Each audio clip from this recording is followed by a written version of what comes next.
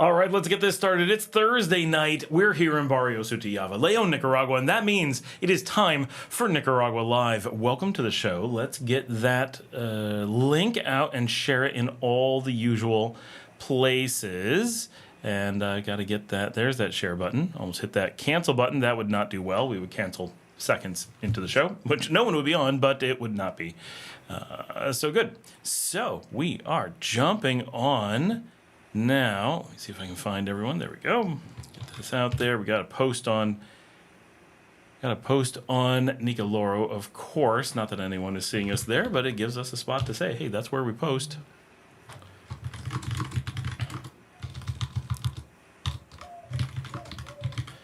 Hopefully we got some people on soon. What is going on this week? I don't even know what's going on this week. I do have my car back, which is pretty exciting.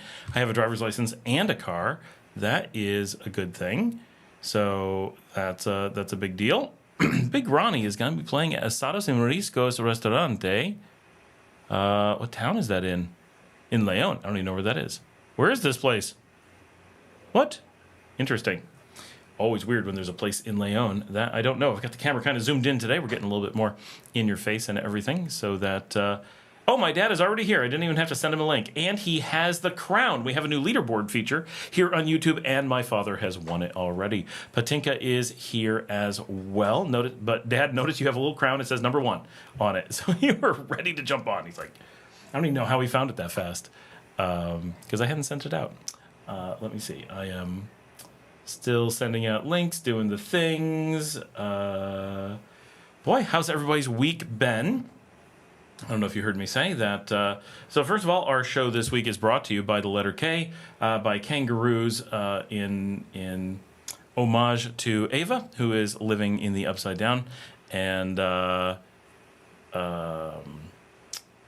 it's a kangaroo skiing. We thought that was cool because kangaroos have big feet. They could ski without skis. They're the natural skiers of the animal world, I guess. Oh, no. There's stuff that I was missing. I got to get to that. Oh, that was while I was exercising or something. No wonder I missed it.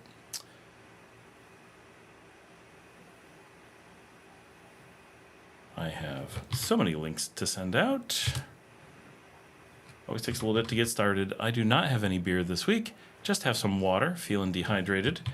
Was working all day. Good things, I hope. My friend Maggie is on her way to Lima, where she's going to be spending the week. So hopefully we'll get pictures from her, getting some report on how things are over in Peru. And the message is from GhanaCast420. Oh, Lisa says hi. And Georgia says hello from Georgia in northern Michigan. We got a lot of Michiganders on here. Everyone is flocking to other countries. Meanwhile, I'm stuck here in Canada without a remote job or some kind of income that I can get while out of Canada. Oh, that sucks. Well, get working on it. Like no time like the present. Start looking. The sooner you start, like even if it takes a year, 2 years, you can potentially find something awesome and get things moving. And if you do it right away, you're that much farther ahead. You never know when those opportunities are going to crop up. So the sooner that you kind of put yourself out there, make your own luck, as they say. That is be prepared for whatever may come along, and you'll be in position to take advantage of it. Patricia says, love the house tour. Thank you. I like doing those. Alvaro just posted that he's got his mother's quinta, I think, to sell up in Esteli, and I've been needing to go up there anyway, so that is not a bad thing if he wants me to come up and film it. Maybe we'll be able to do that. And we've been talking about going up to Esteli anyway. I'm going to mention this later, but we do have 12 people on. So Ivonne, who has been on the channel before, has started a GoFundMe. I know this is kind of becoming our live stream GoFundMe thing, but we are... I think it's a good outlet, actually, for this channel to kind of filter GoFundMes and similar fundraisers for people who need it, where it's a kind of a charity outreach of our channel. She has severe back damage.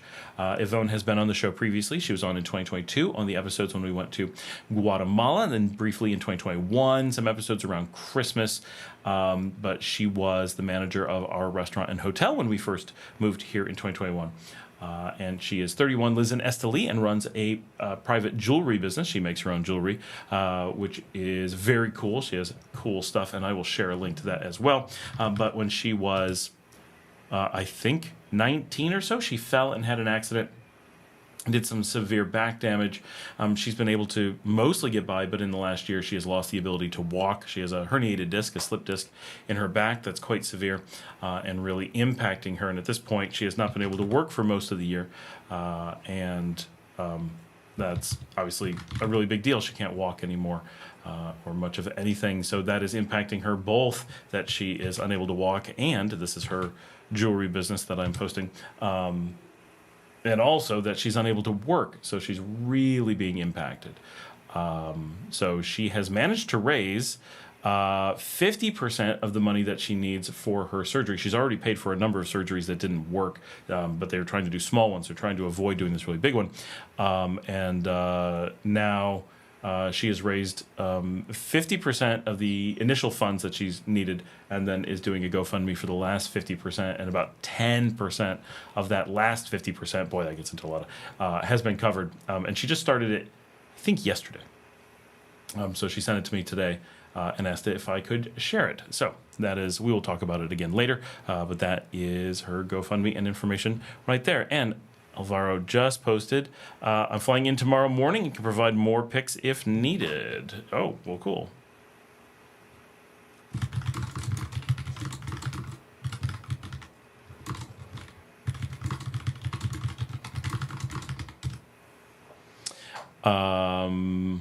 All right. So that is something we have going on. Other than that, let me see. Nope, just waiting for people to join. Very cool. This week, we finally got our car back. That is huge. Now that I am back, obviously last week we did the show from the United States, and back now in Nicaragua, back here in Leon, and got the studio lights back on, got the good camera back on, got the microphone back on, and hoping to have a good show tonight. We got 12 people on already.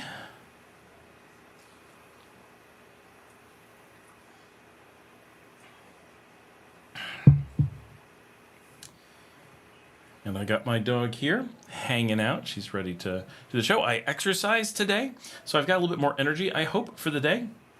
I didn't do a huge workout, but at least I did something, which I go from one injury to another, I swear, these days. I guess that's the mark of being old. But it was like broken toes and then the severe knee thing. A lot of them are not old injuries, they're actual injuries.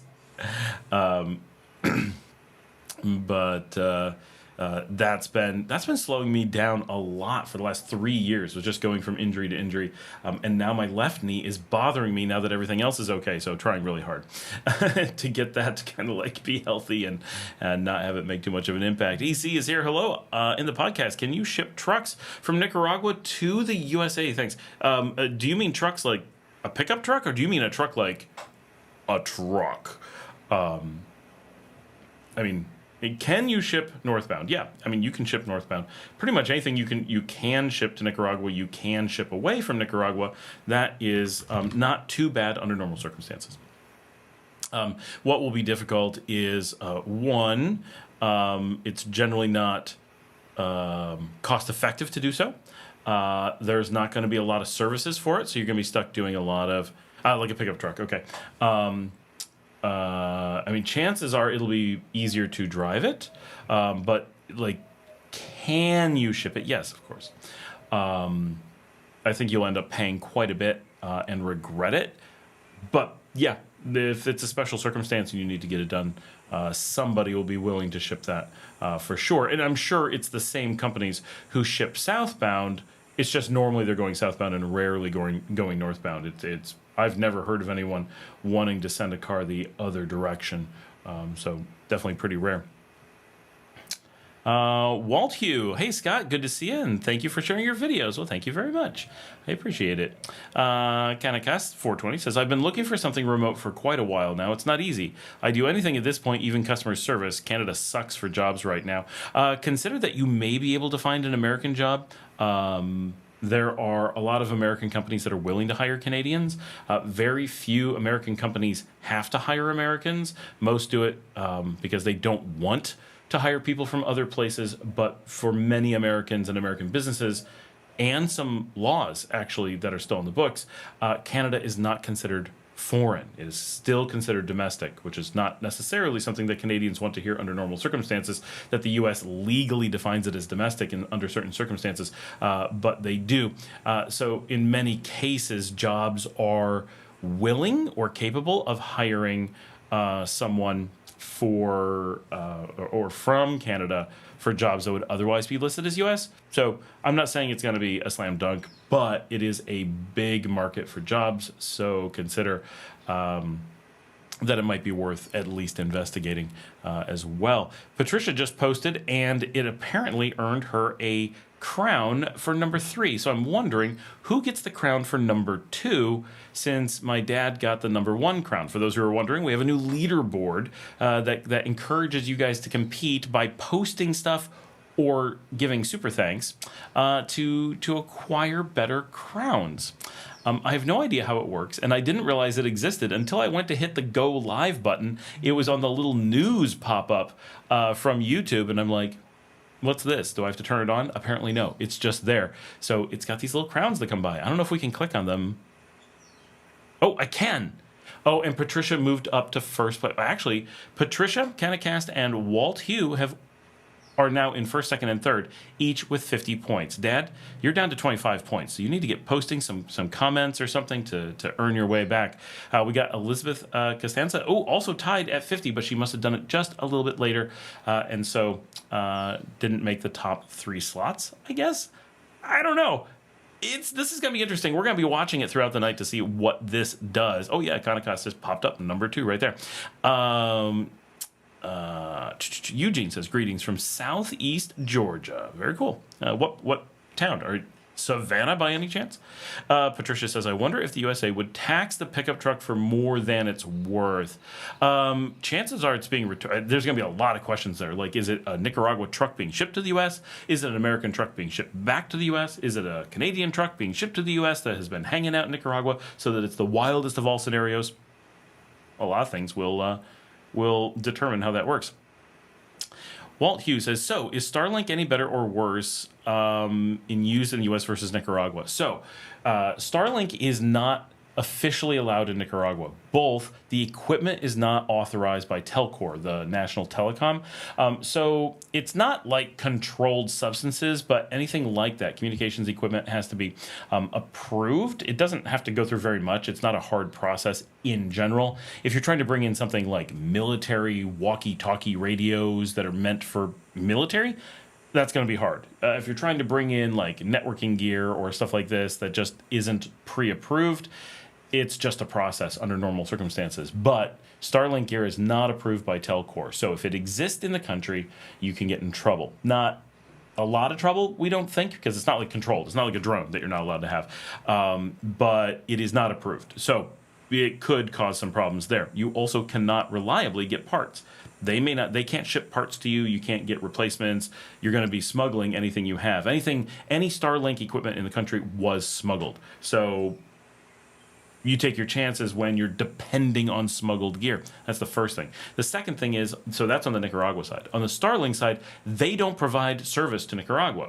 So many people, including Elton, have it working, and they're able to get service. And if you live in the middle of nowhere, that's great. It may be the only thing that really works for you.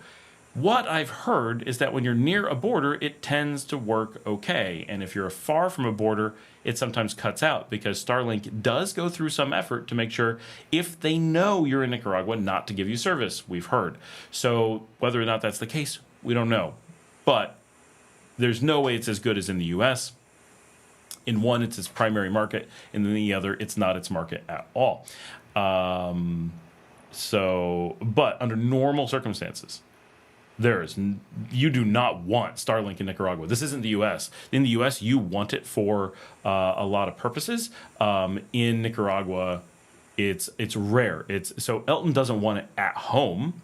He wants it because he has a remote coffee farm hours from a city, out in the middle of nowhere where they can't even get trucks in reliably. So he needs it for really, truly remote areas. And there's a few people that I've talked to who are in similar boats, so they want something really, really remote or mobile, and that's the only way that they can reasonably do it. So it makes sense. but most of the time, it's people saying that they want it because they have not come here and experienced the internet, and so they're unaware of how good and cheap and broadly available terrestrial connections are, and so they go looking for it but can't define why they'd want it because it's slow and expensive compared to terrestrial networking here, plus any potential legal or service issues that you may have. Canicast, I actually never knew that. Looks like something else I can add to my list of research and maybe expand my horizons. Most U.S. companies, this is worth noting in general, most U.S. companies, most meaning like 98% at least, are fully legally able to hire from anywhere. They have no restrictions whatsoever. There are government agencies and military contractors who can be limited to, oh no, it has to be Americans, they have to be on U.S. soil, blah, blah, blah. Yeah, that exists. Normal companies, though, do not have any such regulations, and they can hire anyone they want. In fact, if you follow the logic of fiduciary responsibilities, most employees in publicly traded companies cannot be American under U.S. investment law. It's actually, in many cases, demonstrably an SEC violation to hire Americans for most roles. Companies do it anyway. No one's ever going to prosecute that. U.S. is really great about making lots of laws, making everyone a criminal, and prosecuting nobody because the rich get away with everything. But technically, as an investor, I have the right to sue via my managed funds or whatever, nearly every publicly traded American company held by index funds for intentionally using my investment dollars as a welfare mechanism, which is a violation of the law. They're, under the SEC regulations, not allowed to do anything like that. Private companies can donate all they want. Patricia says, stay away from my American jobs, kind of cost 420. Those Canadians taking all our jobs. Ron says, no crowns for me. Well, Ron, get on that. There are ways to get your crown back. Patricia, still in first place, says, are you calling Elton a smuggler? Walt says, what would be the equivalent to Starlink in Nicaragua? Well, there isn't one, so in the U.S., you need Starlink broadly. In Nicaragua, we don't need them. Now, like I said, there are these really isolated situations like Elton where it probably makes sense. And he's so isolated, and he's on the Honduran border. So he's in a border zone where they reasonably can't tell that he's in Nicaragua, them being Starlink. So they don't cut things off there in the border zones. But if he was in Messiah, right, he may experience problems with that service, but he doesn't need it there. But so Walt, instead of trying to figure out how to replicate Starlink in Nicaragua, what is it that you're trying to solve? What is the reason that you're interested in a Starlink in Nicaragua? Little Roundhouse, Sarasota. Elton's a super chill guy. Hey, community, buy Elton's coffee.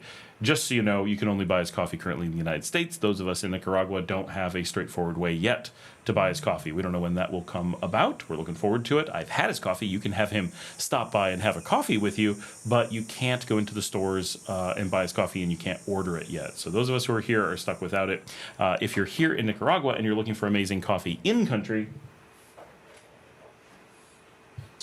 one, we recommend that you switch to mate because it's just super awesome. But if you are going to be getting coffee in country, the Coffee Country company is absolutely amazing. They make some of the country's best coffee, also not cheap.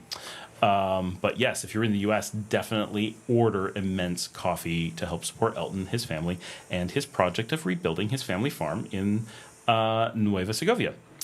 Walt says, connectivity is always an issue when traveling to Nicaragua, both with cell phone coverage and internet. Where are you running into connectivity issues? So with Walt will need more deeper information. So I travel all over Nicaragua, and I don't have either of those issues. So I travel extensively in Nicaragua, but I don't go to very often wilderness locations like Elton does. But I don't experience either of those issues around Nicaragua. I don't have anything that Starlink would solve for me. And I don't know very many people who would. The few times that I know people who do experience it, they're in situations where the people they're around have intentionally gone off grid and have all as a group purchased large amounts of land, and all decided to be off grid and not have internet. And then the internet companies, Claro, Teco, so forth, don't come there because nobody wants it. And then when one person moves in, they're like, well, I'd like it. And then they're like, oh, well, you're the only one. Why did you move into an area of off-gridders that doesn't even have a road link, let alone, right? So there are situations like that, but those are ones where people have created the problem. Boink says, if Starlink is available in Nicaragua, it would be cheaper than in the U.S. It was not. They claimed it was going to be available, and it cost a bunch. Then they stole our money and tried to take off with it. Those guys are crooks. But Walt says, Esteli area, I bring T-Mobile supported device. Okay. So I mean, I use T-Mobile all over, and it works. But if you're on T-Mobile, that's kind of a backup system. Like, it's great for when you're casually traveling. If you're going to be here any amount, just get a Claro SIM or eSIM, and it's the same network as T-Mobile, but it'll give you really fast speeds, and it's just way better if you're here a lot. Also, consider just getting Tigo, which uses the opposite towers as Claro, and then you have the option of both. You can also get Tigo, Claro, and T-Mobile, but that starts to get a little bit silly. I used Tigo for a long time and liked that I used two different towers and could bounce back and forth. But honestly, Claro basically never goes down, and I like the service from Claro better than Tigo. Tigo kind of mistreated us a little bit. Yes, it was like $3, but they were really jerks about it. And I was like, so it's literally cheaper for me to switch to Claro because you screwed up? Like, okay. So they drove me to Claro, and I've been happy with Claro. But either way, both work. But getting that will totally, I assume, fix your internet or your cell phone. And it's $12 a month is what I pay if I use it every day. So, Walt, what you can do, like me, this works really well. If you have T-Mobile, you don't need any of this stuff. You don't need it when you first arrive. So, like today, I haven't had Claro in probably 3 weeks. My Claro ran out a few days before I went to the U.S. Then I went to the U.S. I didn't need Claro in the U.S. I got T-Mobile. And then since I've been back, I haven't turned my Claro on. I barely use my T-Mobile because I'm on Wi-Fi when I'm in the house, so it really doesn't matter. It doesn't really matter.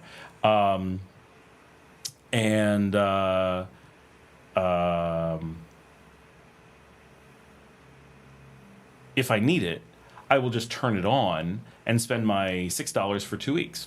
And then if I need it that whole 2 weeks, I always spend the $6. And at the end of that 2 weeks, if I need to extend it, yeah, sure, I'll spend another $6. But if I'm not leaving the house or barely leaving the house, like I'm going down to town to get a coffee or something, I won't turn it on because everywhere I go, yeah, I've got T-Mobile in case I need a WhatsApp message.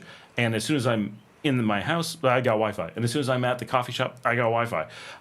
So a little bit of pattern control, and I'm able to get, I probably in practice average about $4 per month for my Claro. No, since I'm already paying for T-Mobile, but that little bit like that, I'm completely covered, and I can just go on a website and go boop, and I've got my Claro up to anytime I need it. So it's I never have to worry about it. Now for home, that can be tough if you're renting from someone, installing Starlink, doable, right? But can be a little bit of a pain. You have to have a place that has sight to the southern sky or whatever. It's not bad. It works pretty well, but you've got to do something, and not always is that desirable, and it's got to be outside, which means someone could walk away with it or whatever.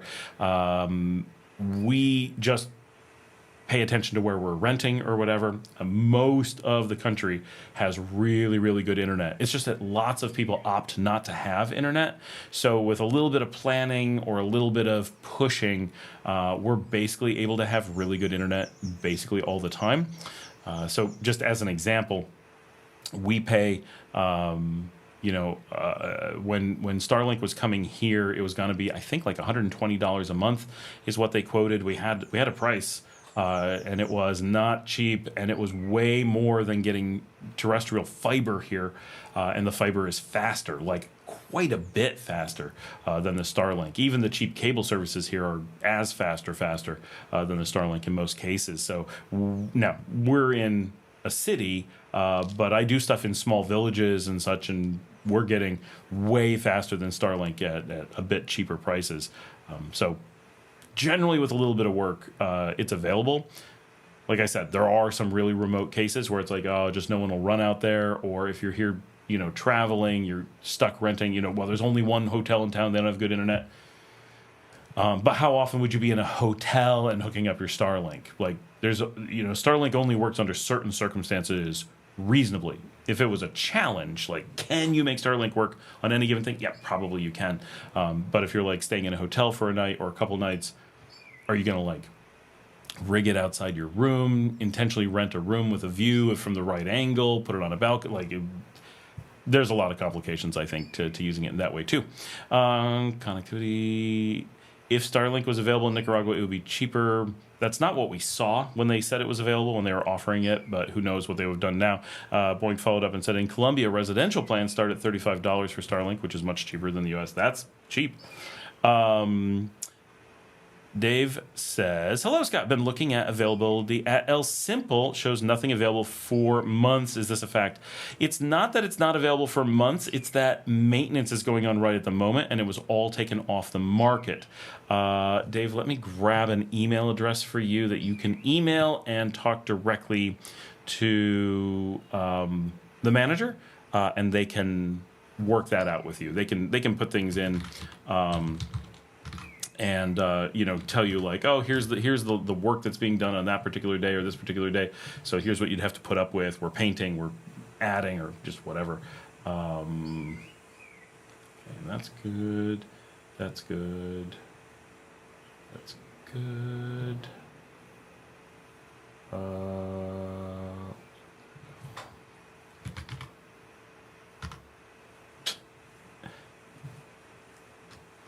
Never have people's emails handy when I need it. Walt says this, I bring T-Mobile support device. Good idea, Claro.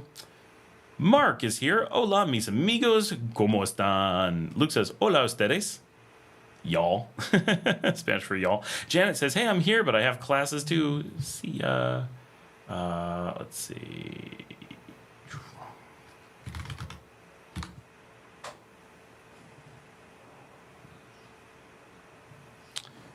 Let's see. Dave, this is for you. Email that address. She should get right back to you. I will try to have her on the show as well in a couple weeks. That is her email address for the other property, but it's the same manager, both places. You can also talk directly to Marcela in most cases, but I don't know where she went. When she's on the show, we can be, but I don't know if she knows the schedule. She would probably have to talk to April too. Lester is here. Why do you maintain an active account with T-Mobile if you live in Nicaragua most of the year? Can't you just pay for Claro? Isn't the minimum for T-Mobile about $25 a month? So that is an excellent question. And there are two major reasons. Well, let me make that three major reasons. One, I don't pay for T-Mobile. It's free. I have a company that pays for my T-Mobile. So it's very easy for me to justify allowing them to pay for me to have T-Mobile. That's why I don't spend a lot of time worrying about whether I could make it cheaper. Could I make it cheaper? Absolutely. One of the things that sometimes matters, very, very rarely, and I could manage this and make it go away, but there are times that it is good to have a U.S. number that is a true cell phone, because many U.S. businesses go out of their way to find ways to harm expats. There's just a lot of bitter people who work in American businesses, and they would rather lose customers than be nice people. But many times they work in banks and all kinds of things, and they'll just claim stupidity if they get caught, because it's never the owners of the businesses. It's never the investors. It's always someone who works in middle management, has a bee in their bonnet, and says, I don't want any people who live in a Spanish-speaking country to have service from this business, and they'll quietly come up with ways, and it's easy to look up how to do this, to come up with ways of blocking the ease of doing business with them in a casual way. And there's easy lists of excuses you can use. I'm not a professional in this space. How would I know this would cause this to happen for expats? Why would they not have a cell phone, right? They'll come up with anything that, even though they're really obvious. And many times it's geo-blocking. Oh, we block everybody who travels outside the U.S., we block them. Really? Do you think that your customers never travel? Well, the owners of the business are like, We don't want to block our customers, but some middle manager who's bitter because they don't travel internationally because, I don't know, they just don't like it, or they're scared of flying, or they're scared of other countries, or whatever, says, I don't care if this loses the owner's money. I'm going to make a point of making our company tell those customers that we don't want them as customers. That's an extremely common thing, believe it or not. And I've talked to many of the people who made those decisions. And as a vendor, I have been in meetings where I represent one workforce and someone else represented another workforce for an American vendor. And when we found out that they had geo-blocked, both of us dropped them as a client because they were openly racist. And we were based in Nicaragua, they were based in Costa Rica, and we're like, we don't need you as a customer. No, and as it was, they couldn't get people to work for them, right? They were a nasty place, and we all fired them, right, all at once. And they realized they were on this call, and all of their vendors fired them, and they had no one to support them, and they didn't know how to do the work themselves. But it was that important to them to block Spanish speakers from being customers. It was a data center. Right, and it was just one or two employees there were just nasty, and they were willing to throw the business under the bus for their personal vendettas, I guess. So keeping a presence with T-Mobile does have some advantages from I can appear in the U.S. From a cell phone perspective anytime I need to, and there are a lot of services that detect if a number is owned by a cell carrier and mark it so that people can be like, I don't want to do business with anyone who has a house phone. Because I have a house phone that is also a U.S. number that does not cost much of anything. And they'll block it. They'll be like, nope, if you're not paying big money to a cell company, we don't want you. And I'm sure the cell companies pay for this, right? We'll give you some huge sum of money, and you force, like to a bank, you force all your customers to own either an AT&T, a T-Mobile, or a Verizon cell phone. 99.999% of Americans already own one, so they don't care. The outliers who get away from the cell phones are like, I don't need a cell phone. I'm not paying $50 a month for a cell phone. They'll find, oh, wait, there's all these companies who've been put in a position to make deals for these monopolies that silently, it's a requirement that no one tells you. So you sign up for a great bank account, you go to buy a car, you do whatever, and then something, your insurance company, sends you a thing and says, oh, we sent you a text message for verification. You say, I didn't get it. And then it turns out they will only send it if they can prove you paid for a cell phone to get it. And they'll just be like, sorry, we're not going to pay your insurance claims if you don't do these things. Really wacky. Things like that. But this is, as someone who works in IT and lives outside the U.S. and has teams in both places and can see both sides of the picture and often talk to the investors and the owners and the security professionals that they've put in place, I end up in these conversations where we catch these things going on and see it happening. So it's a real thing that happens often. So that's a reason to keep something like a T-Mobile. The big other one is I travel internationally. And yes, I could pay much more to have a postpago, which is similar to what you have in the U.S. with T-Mobile, with Claro, and go down to a single number and not have to worry about it. But it would not be the simple Claro system that I have now. So like when I work in Belize, when I travel to Bolivia, when I'm in Argentina, when I was just in the United States, which I don't know if that'll be anytime soon again, but I'm often in different countries on a regular basis. And when I do that, having something like T-Mobile, it could be anything, but something like that is important because it allows me that comfort of, because I do it a lot, I just step off the plane and I'm ready to go wherever I am, which is great. And you don't get that with the pre-Pago Claro, which is what I like to do.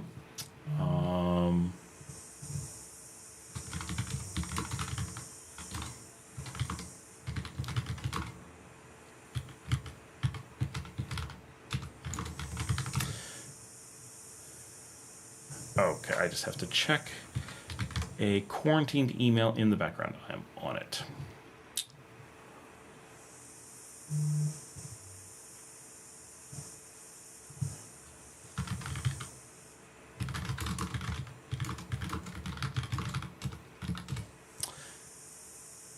Hold on. So we got a person who actually responded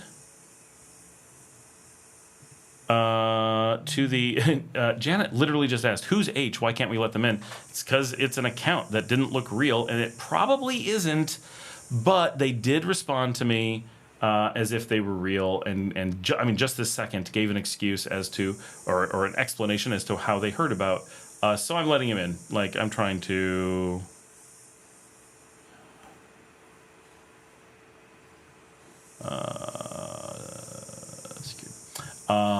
So for me, the T-Mobile real value is that I do want to be able to travel anywhere pretty much in the world, and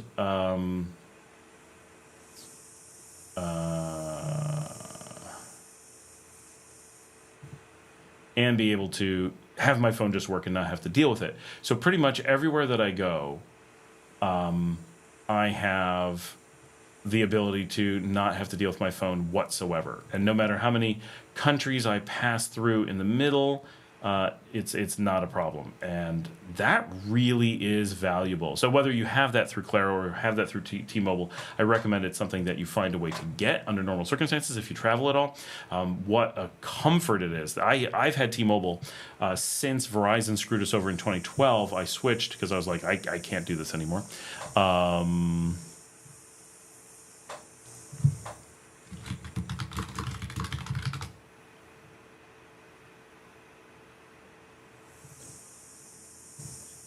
And I was right anyway. They did. It was sketchy. She's like, oh, I got the link for this from a Facebook group.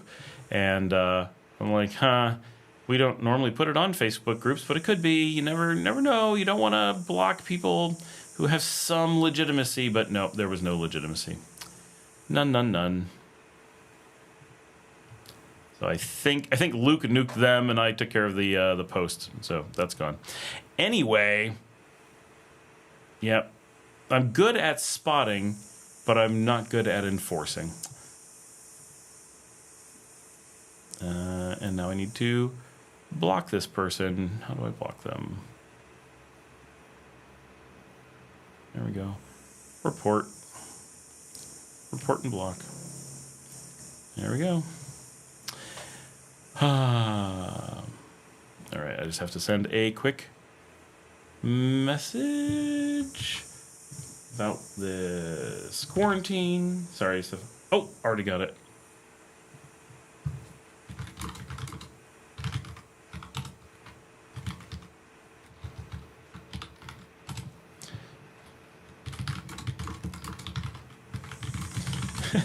Dealing with stuff with my lawyer. I'm in my live stream. Oh wow. Alvaro's place that he's selling has been in his family for over 100 years. That'd be really cool to go see that. I need to go up to Esteli, so that'd be cool. And we got a lot of people on, by the way, even while I'm rambling. All right, so does that explain the T-Mobile thing? I think it's just what makes sense for me. It would not take very much for it to be something that doesn't make sense. We've definitely looked at it and been like, could we get rid of it? Could we? Yeah, but like my wife and I spent a bunch of time in Argentina last year. T-Mobile made life easy. I went to Guatemala, made life easy. I'm in Guatemala, El Salvador, Panama, Costa Rica, and Belize on a very regular basis. Mexico is an easy one that I just haven't been in as much as I expect, but probably will be hopefully soon. The U.S., up until now, we've been in the U.S. on a regular basis, and we use it extensively while there. And then each year it seems like I'm putting in some time in South America, and I was just asked to do some time in Jamaica. I was almost in Costa Rica next week. I almost went to Peru today. So there's just a ton of and in each of those cases, if you don't have T-Mobile or something equivalent, you fly in, it's this extra, now I've got to deal with getting my phone online. I have not had to deal with that for so long. That is not, I do not want to act like a Canadian. I want to have, that is the best thing about being American or Latin American, that you don't have those problems. Depending on your plan, T-Mobile gives you free data all around the world. Right, Walt, that's the one that I have. Brian Watson's here. What's up? Little Roundhouse, Sarasota. Big ups, Luke. Keep up the good work, buddy. Oh, Dave says, thanks for coming down for a month. Want to hit Las Pinitas. Very cool. Definitely do that. Well, you'd have to if you're going to stay at the Simple. But definitely come down and stay at the Simple or at El Escondite. You can talk to April or Marcela about the two. They're minutes apart from each other, but one is newer and nicer. And Little Roundhouse says, hey, Luke, I've seen your videos. I'm impressed. Joe Schmo is here. Hey, Scott. How's it going, Joe? All right. Luke says, Walt, I'm getting 5 gigs high-speed monthly from T-Mobile while in Matagalpa. Then it drops speed. I pay the 200 Cordoba prepay Claro for regular use. That's what I do. That 200 is the secret. If you do any other price, higher or lower, you're not getting the good value. So if you're ever looking at it, if you know you need service for 5 days, obviously the 5-day plan is going to be best. If you know you need 7 days, the 7-day plan is going to be best. But if you have an indefinite need for service, the 15, the 15-day is the best value. And there's a regular 15-day and then an upgraded 15-day. I've never needed the upgrade. I have no idea. It's like maybe 85 cents more. Not worth it. I think it's not even that. But I think it's 230 Cordoba? I think that's right. And then but there's a 30-day plan. But it's more than double the 15-day plan. So less flexible, more money? No, there's no upside to it. Stick with the 15 plan for maximum value on both Claro and Tigo. Tigo does not offer that weird upgraded thing. Just the 15 is their best. Walt says, nice. Little Roundhouse, Sarasota says, Luke, have you been to Selva Negra Eco Lodge? We just call it Selva Negra here. Mark Shippey says, does Verizon with international calls work there? As much as Verizon ever works anywhere, yes. So does it work here? No, because it works nowhere. It's complete garbage. That's why I left Verizon. I have been stranded multiple times, not getting messages because Verizon just, oops, turned off the data. Oh, doesn't work in that country. Oh, just their network doesn't work. Oh, you have to get a loaner phone at incredible cost. And oh, the phone doesn't work. I've had every possible excuse from Verizon. Do not travel with Verizon. Protect yourself. T-Mobile, AT&T if you have to, but T-Mobile is the world traveler's phone. Walt says, good strategy. I'll consider for my next trip. Viva Matagalpa. Luke says, Luke, who's now moved up to number 2. The competition is heating up. Little Roundhouse, Sarasota, October 22nd, after the 2 hurricanes in southwest Florida. Then I got hit here by Hurricane Julian. Luke says, I enjoyed using Selva Negra as a base camp to explore the highlands. And at Mark, I used Verizon while here in October of 22, had to add data every day. Benoit Ross says, hey, Scott, we're booking our flight for early August. Congratulations. That's coming up soon. But we are concerned about the veterinarian on site. What would be the best practice to get there and have our animal check on arrival? So you don't do an animal check on arrival here in Nicaragua. You do in Honduras. Honduras has the veterinarian at arrival veterinarian thing. They are the only ones in the region. So here in Nicaragua, you arrive. You certainly want your dog or cat, did you say? You want your animal to be checked out when you arrive, not as you step off the plane. What you do is just have a veterinarian lined up somewhere, which we can help you with. If you're coming to Leon, like you can use my vet. He would love that. If you're going to Managua, like he can recommend one. Pretty much, if you're going anywhere in Nicaragua that's major, we probably have a connection to a vet because we work with vets all the time. Jillian runs a vet clinic for strays. Like we're well connected in the industry. I've got ex-employees with their own clinics in Leon and in Chinandega, and they know people everywhere. So that should be good enough, right? Within several hours, but not at the airport. Walt says, based on your experience, what's the best website to spot a good property? So bottom line, there's no website. There's no such thing as a good website. Don't ever open one, right? If it's on a website, run away. Paul is here. What's up? Hi. You are live. I know. Okay. I'm on the live stream. All right, real quick, let me finish the things that he's reading. I've been talking with someone at Keller Williams. I cannot possibly remind people enough of this statement. We have said that the number 1 rule, the top 3 rules, so Walt, go watch, I'm going to link this right now.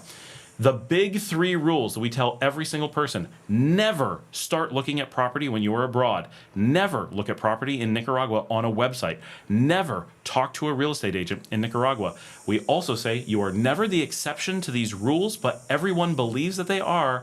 And if you engage someone and say to me, I think these might be the people that are the exception, you're not at the exception. You are most definitely talking to the very people that we have used as the example of why not to do these things. That is the reminder I want to give everyone. You will, every time, if you say, but what about this guy? That's the guy I'm talking about every time, except for the guy who died.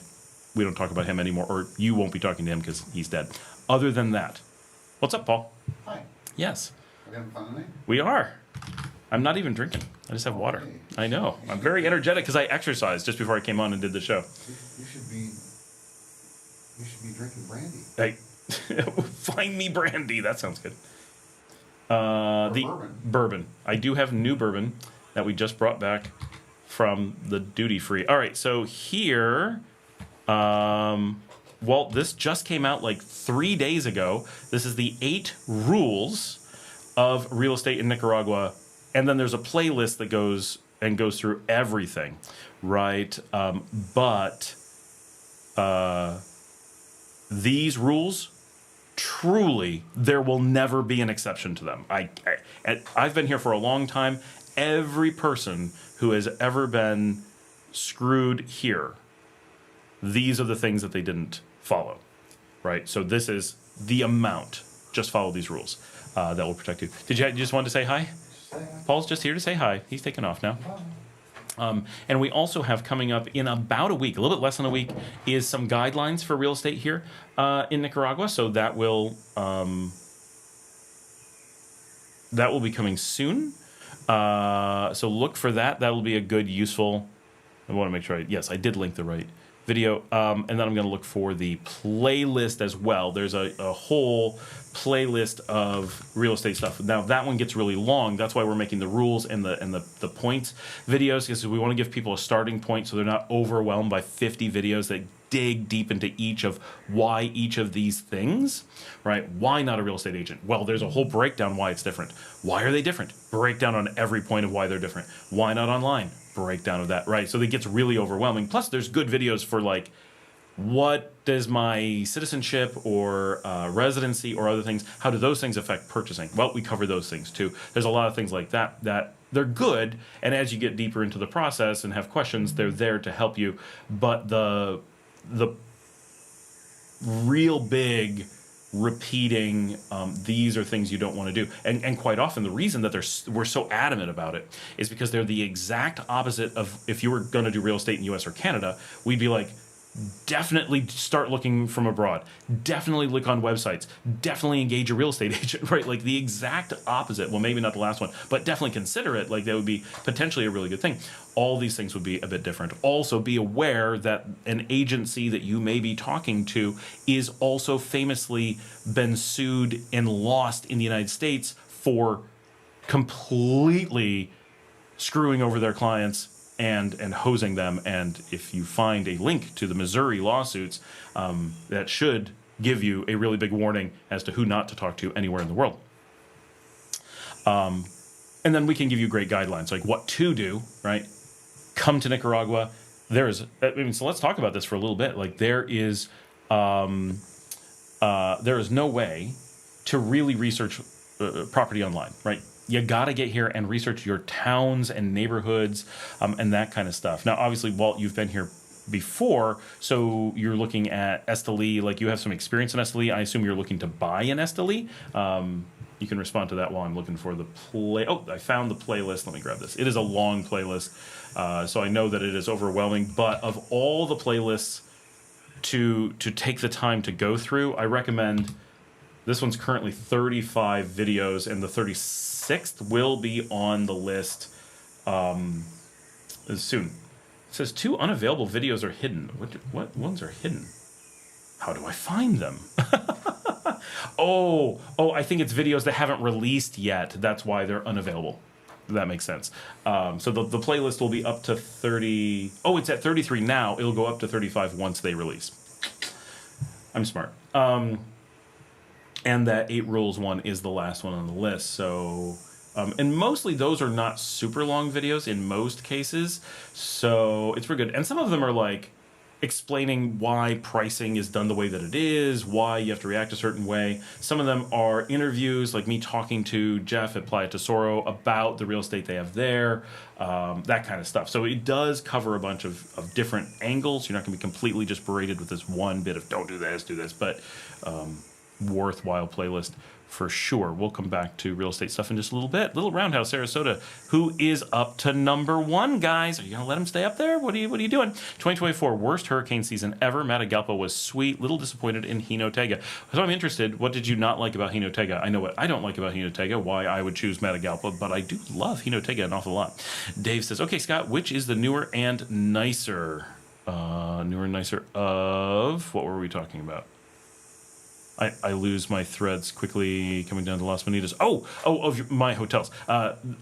So the Simple is the one that we bought that was built. So quick background. The Simple Beach Lodge, but we all call it El Simple, is built. Oh, we're up to 43 people, by the way. Holy cow. Hey, everybody.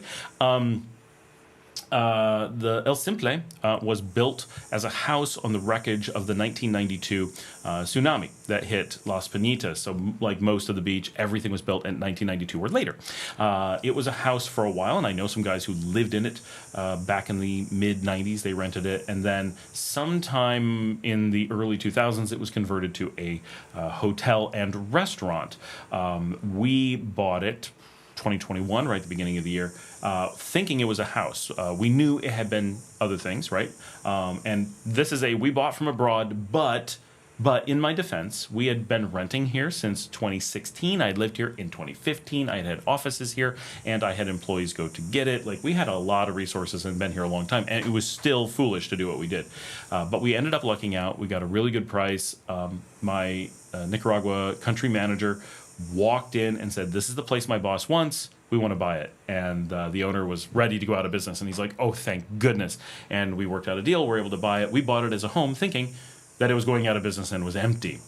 And this is worth noting. We then moved in, discovered that it was up and running, was actually a famous restaurant, was booked pretty well with rooms, and they had brought in this girl, Ivonne, to shut the place down. That is, I'm just going to relink this again because this is so much of a feed over. So this girl was managing the place, and we said to her, would you like to stay on? She was brought in to shut the place down. She thought it was a job for 2 to 3 weeks, and we were like, do you want to stay on managing the place? And she's like, oh my gosh, yes. And that was Ivonne, who worked for us for many years before she went on to start her own jewelry firm. We are linking. We have a GoFundMe for her. She needs a hernia operation, a slipped disc, herniated disc in her back operation, and she has to use a private facility for that. I think in her GoFundMe she explains why she has to use the private facility. She has a long write-up. She goes into which lumbar it is and everything. She hasn't been able to walk for 6 months. She's 31 years old. She's very shy on camera and is not willing to really be on the show. She does appear in 2021 and 2022 a little bit, including the episodes in Guatemala. She went with me to Dayaca when we were there in Guatemala City. She's awesome, and I'd love to get her jewelry on the show, but she's really struggling with being on camera, because I wanted to get her on camera tonight, and she was like, no, but she's in Esteli, and I want to go up and see her. But anyway, so she's got to GoFundMe. This is the story about her. So we've had the Simple for almost 5 years, and it was old at that time. So it's a more rustic, older place that we've classified as a hostel, but it's been upgraded quite a bit. So there's like air conditioning, and it's all private rooms. There isn't any shared rooms like you think of as a hostel. El Escondite is the new place, built in 2017. We bought it in 2023. It has been completely upgraded. It's quite a bit nicer, has a pool, and it still has a restaurant. It has a high-end steakhouse associated with it, Desperados.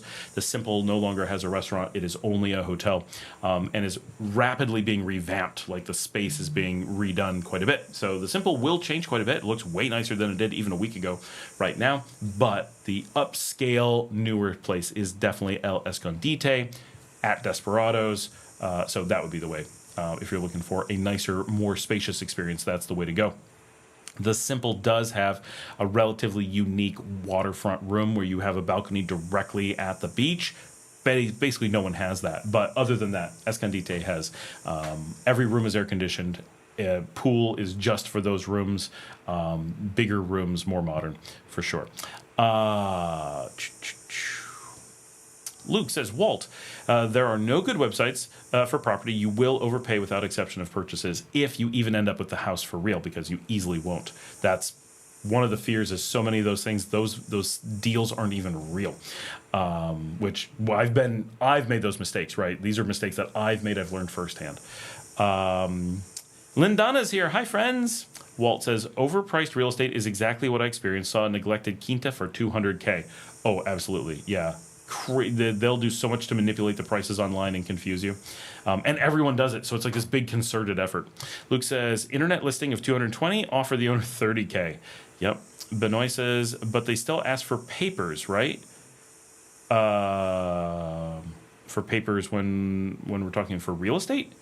I assume you're talking about the house. Yeah, the houses use all the same papers, but you do it through a lawyer. Same as the U.S. The real estate agent doesn't do any part of a transaction. That is all the lawyer, the broker, and the agent. They're just there to make money for the most part. I understand they show you things, they do things, right? But when it comes to the actual purchase of the house, they're just there to hold your hand. Your lawyer does all the work, or should be. The title company and the lawyer are the actual ones doing all the work. Same thing here, except there's no hand holding. Your lawyer will be like, this person is scary, you got to get him out of here. This is the person putting us at risk in most cases. Brian says, planning a Paris trip. Paris, Texas? I've been to the gas station there. So the $10 international with Verizon would be worthless. Most likely what you're going to want to do is pick up a, what do they call it? It's just a T card, right? It's T-Mobile, but it's Deutsche Telekom. In Paris, you can just get a card for that. And it'll be the same as getting Claro temporary here. That's what people normally do.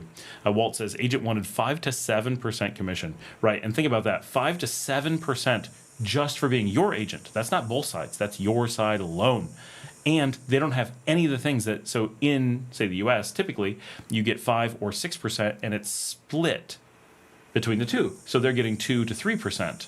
So this is double the commission, but literally every single penny earned by an American or Canadian agent isn't earned by the agent here. None of the things that you pay for or would be willing to pay for can they do here. So if you're paying an agent in the US or Canada, most of that is you're paying for the MLS, your access to it, you're paying for their ability to do comps, you're paying for their knowledge of available houses and things like that. Here, they don't have any of those things. The MLS doesn't exist. They don't have any knowledge of houses. They can't do comps and so forth. So the things you're paying for in the US, you're not paying for here. So paying double or more for nothing compared to paying half as much for a bit of knowledge and work is a really big difference. Point says, internet scammers are everywhere. Benoit says, geez, and they were about to pay premium to get there before 4 p.m. Walt says, I know all these things, and yes, I did think I'm the exception. Didn't fall for it, though, thanks to you, actually. Yep. It's always... It's so hard, right? It's so emotional to do real estate. It's so hard not to get sucked into the whole thing. Trying to find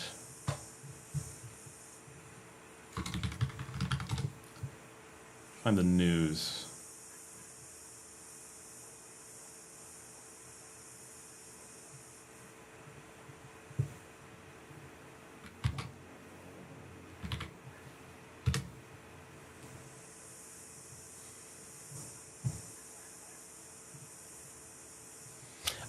And I can tell you, Keller Williams here in country threatened us for giving out information about real estate agents, and we filed a legal case against them in the United States. And Keller Williams in the United States disavowed their office in Nicaragua, as did Realtor. So the real estate licensing board in the United States, Realtor, actually said everyone outside the United States is fake. If they say they're a realtor outside the U.S., they're lying. I don't believe that that's true, but Realtor, when you question them about breaches of ethics, legal disputes, and things like that, that they say they stand behind their agents, if they have any international anything, they simply say, oh no, they're not actual realtors, and we can't stop them saying that they're realtors because we have no jurisdiction. So if you are told someone's a realtor or with Keller Williams, the agencies in the U.S. have disavowed them and have openly said, they have claimed that they're all not just poor representatives of those agencies, that they're not representatives of those agencies. I believe those people were told that they were. I don't believe necessarily that Keller Williams didn't allow them to open an office here, and I don't believe that Realtor didn't allow them to have that designation outside the US or Canada. But if you run into a problem, those agencies will claim that they are fraudsters. So be aware, even those legal protections that you think you would have, or those PR protections, well, I'm going to make a big stink, they'd say, well, we'll sue you for defamation, because that's not real Keller Williams. That's not a real realtor. Right. I'm not saying they would do that, but they certainly have the power to, because it's international and there's nothing on their website that identifies those people as actually being them. Be prepared. This is international business is an incredibly dangerous situation to get into. You want to make sure anytime you're doing anything, whether it's business or real estate, anything like this, because people asked me this recently. So separating from the real estate discussion, I was asked, I think yesterday, why is it that we can't go after all these scams, meaning anything. Could be business scams, real estate scams, property scams, like anything, right? And there's so many of them in San Juan del Sur, and it's so famous, and there's so many things we have to warn people about. And the answer is, when there's an international jurisdiction involved, the scam is under no one's jurisdiction, and it is up to you to understand that you're dealing with something international, and that means no government can oversee it. Right? Now, there's things that are always overseen. Oh, you got stabbed? That's a murder. That always has a jurisdiction, and it's always illegal, right? No matter where you are, that's illegal. So you're covered. You're also dead, but you're covered. But if you do something like, let's say, an investment scam, someone in San Juan del Sur starts up a fake business, they contact you online, they convince you to invest in said business, you send money to their American bank account, and then it turns out that their investment in San Juan del Sur doesn't exist, and you go and sue them. Well, you sue them in the United States, and they say, this is an investment in San Juan del Sur. If they don't like it, that's too bad. This has nothing to do with that. They still invested. And the United States says, yeah, you didn't do anything wrong in the U.S., so we can't do anything about it. We can't tell if this investment is real in San Juan del Sur. We can't determine that it's a scam. So there's nothing we can do. And in Nicaragua, they say, you didn't invest here. You invested in the United States. So you were not defrauded of any money here in Nicaragua. They might be able to determine that the business isn't real, but that doesn't matter because you didn't invest in it. So the investment takes place in the United States or Canada or wherever, and the fraud or the fake business is claimed to be in Nicaragua. But because it's only claimed and because everything was done online, there's no clear jurisdiction. There's no entity, no government entity, no judge, no police who can do something because there's no place where a crime took place. And so because it has this international aspect in the middle, the person running a scam is basically completely protected. And the only thing you have to know is never allow a situation happen like that where there's an international component. If you want to deal with a real estate company in Nicaragua, which we're not saying you should, but if you did want to give it a try, you better make sure that you engage them physically in Nicaragua. You better know that you're getting their Nicaraguan license and you're getting a copy of it and their cedula. You better make sure that that has been checked with the government agency that licenses those. These are brand new. So anyone who says that they're a real estate agent or anything of the sort, make sure that they have to have a card and they have to show it to you. Anyone else, call the police, for real. You have to know you're getting those things. You have to talk to your lawyer and make sure that they're saying that you're set up. These are things you must do before you start looking at houses, before you do anything. This is the very first thing. You better make sure if they're claiming to be part of a brokerage, that it's a Nicaragua registered legal brokerage. That's an actual business. You need to contact whatever their parent brokerage is and get in writing, this is a real brokerage. Now, if it's Nicaraguan, you're all set. But if it's from the United States or something, you have to have a contract with the U.S. that says they stand behind the one that's here, right? And I tell you, there's no business that will ever give you this. Right? And then you'll know if they don't give it to you, they were scamming you. So give it a try, and I can tell you that there is no chance that it will happen. But If they were legit, they could do it for sure. If they claim to be a realtor, right? Not a real estate agent, but a realtor, REALTOR. That is a private company. Contact the one in the United States and say, I wanted to check on this license. If they don't immediately come back and verify their license, it's a scam, not by realtor, by the person. Now, if they're getting scammed by realtor, they can go after them. That's a separate thing. Do all these things and make sure that you are either 100% in writing, backed up by the foreign entities in such a way that your lawyers in the US or Canada can protect you there, or make sure that every single component of the transaction is happening in Nicaragua so that there is a jurisdiction for which they can come after someone for a scam. These are just the basics, but anytime you're doing something with international purchases, these are things you need to be aware of. Now, if you're doing things normally, showing up in Nicaragua, engaging people in person, none of this ever comes up. And if you don't travel, it doesn't ever come up. What happens is when you haven't come to Nicaragua yet or anywhere, and you decide to try to do these transactions from abroad, then this situation becomes the norm. And anyone who wants to have a basically guaranteed safe way to scam you will target this. And so that field is full of people who know that you've set yourself up by looking, and they're protected so they can do anything they want. And they also know that you haven't done the research to know how dangerous this is. And so they know that they can make threats. There's very little you can do and so forth. Like, you're really in a dangerous position because they know a lot about you at that point.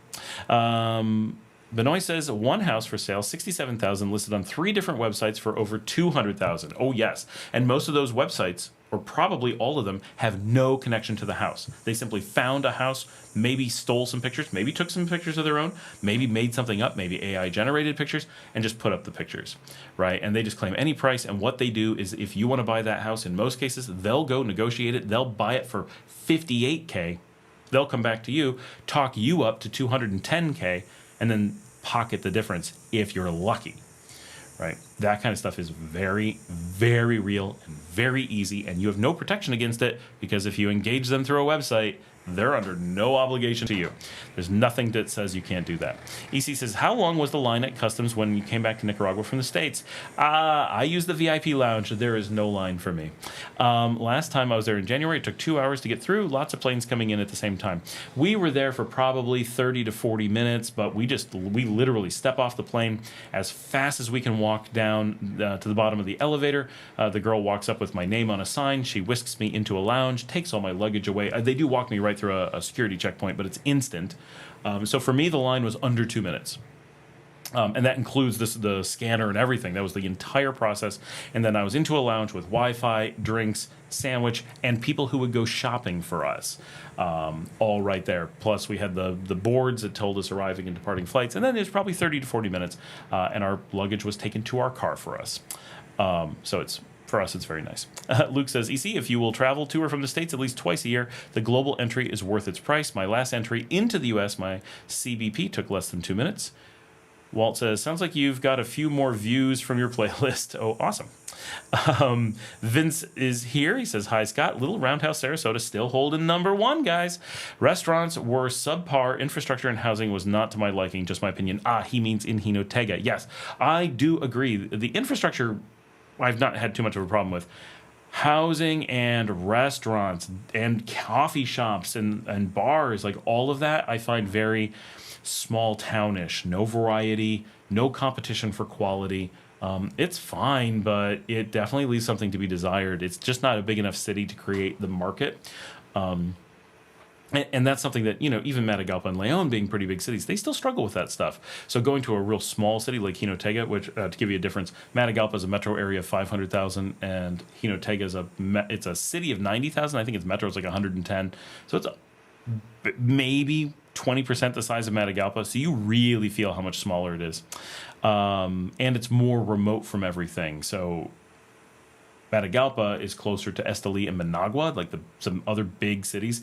And Jinotega, while it's not crazy far out there. It is a good 45 minutes or so from Matagalpa.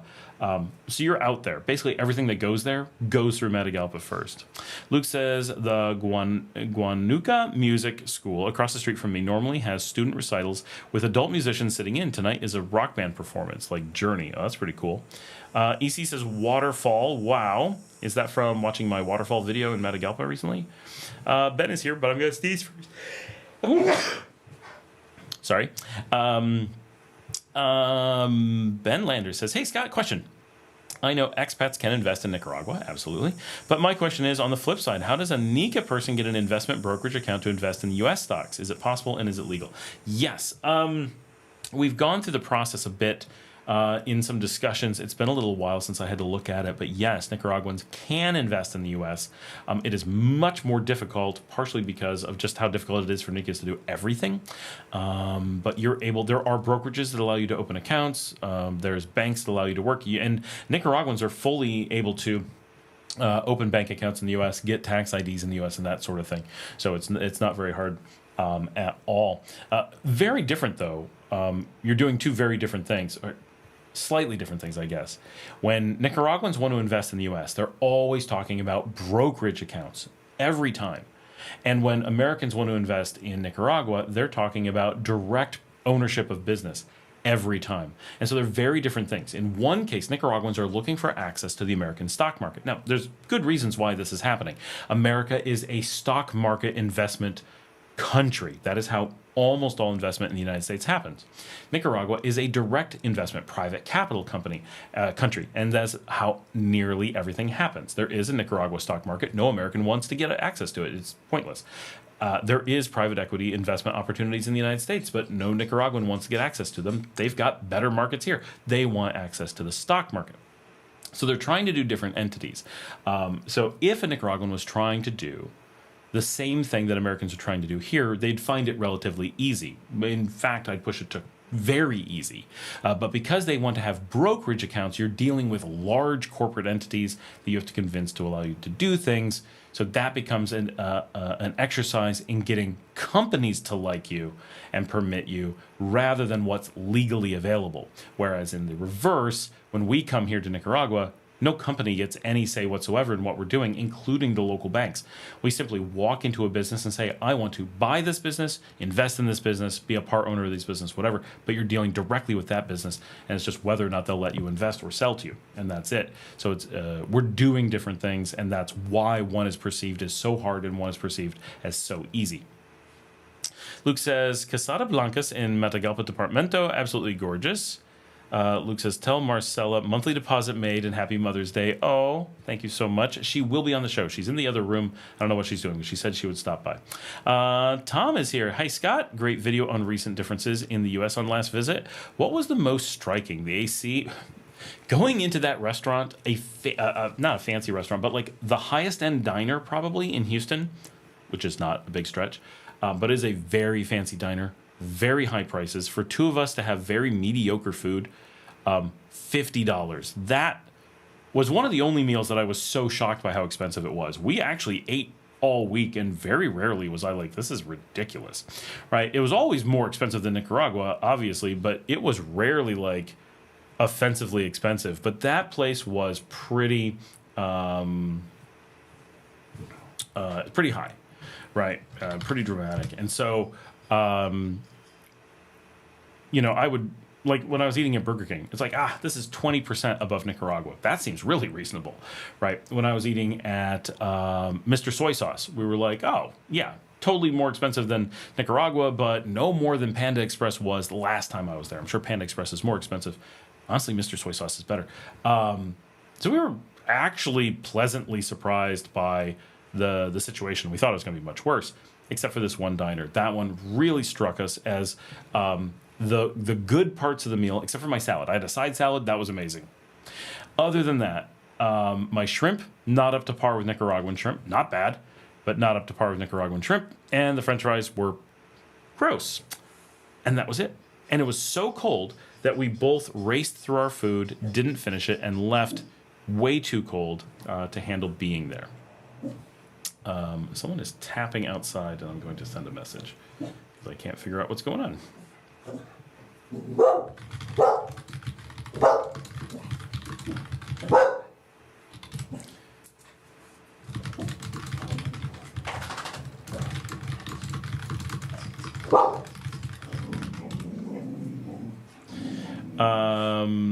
Okay.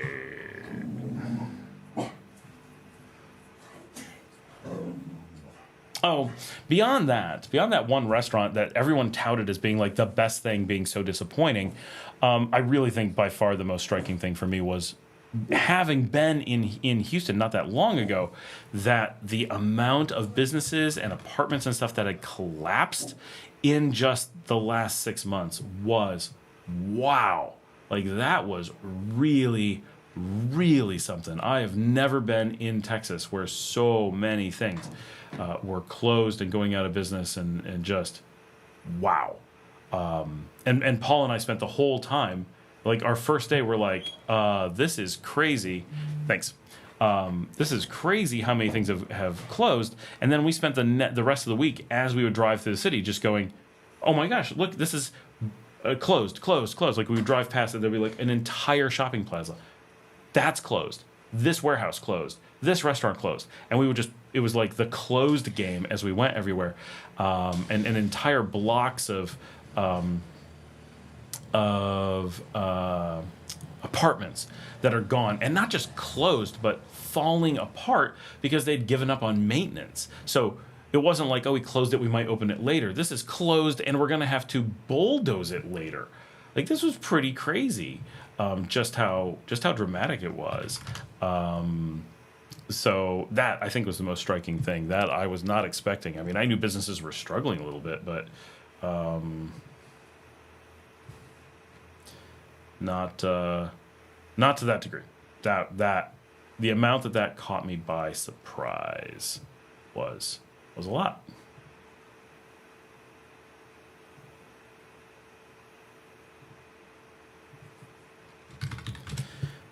Now you guys are quiet. I think we caught up. So we've caught up. Luke is holding at number 2, Little Round House, Sarasota at number 1. I'm going to bring up the leaderboard, see what's going on. Patricia's holding at number 3. Apparently the points decrease over time, so you got to keep posting questions or comments to keep your ranking up. But I think you can leapfrog people by giving the super thanks. Just a hint to everyone. If anyone would like to support the channel, just hitting that super thanks does do a lot. Or you can buy me a coffee at buymeacoffee.com/SkyAllenMiller. Boy, do you know how many times I say and write that? It's a lot.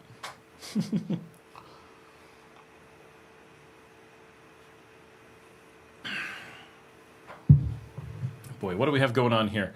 I should point out that on Steam, Elder Scrolls 4 Oblivion Remaster has gone on sale. However, it's only 20% off, making it $40. Way too rich for my blood. Someday that's going to be $15, then I'll probably jump on it.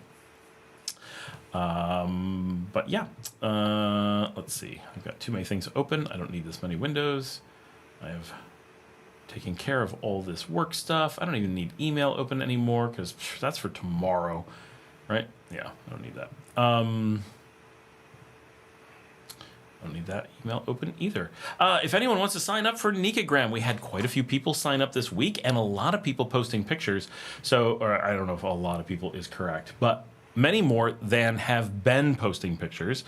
So we have quite a leap in it, and I now set it so that when you join, it automatically follows 5 people, which is definitely making a difference. Because I think before people were never, they would like sign up and be like, okay, and then never do anything. Now it at least follows 5 people. So if you reopen it, you get photos from those people. That's about it. Little Roundhouse, have you made a decision on the rebuttal of Kurt? I have not. I actually kind of forgot to talk about that. To me, it's such a background thing. I really don't know. I don't know. And I think he made 2 videos, right? I think he made another one. I don't know. It all seems so dumb. Kurt Kaz. I'll just look it up. Did he make another video? It's amazing how much traffic he gets. Latest. Inside South Africa's most dangerous hood. I'm sure it's not. I'm sure he's in some luxury neighborhood. I got in trouble in a communist dictator, Nicaragua. Nicaraguan girl takes me for a wild ride. What do they eat? Where are they? I investigated a Jewish cult in Guatemala. I'm sure he did. Is that it? Is that all the videos he did? Oh, he just changed the thumbnail.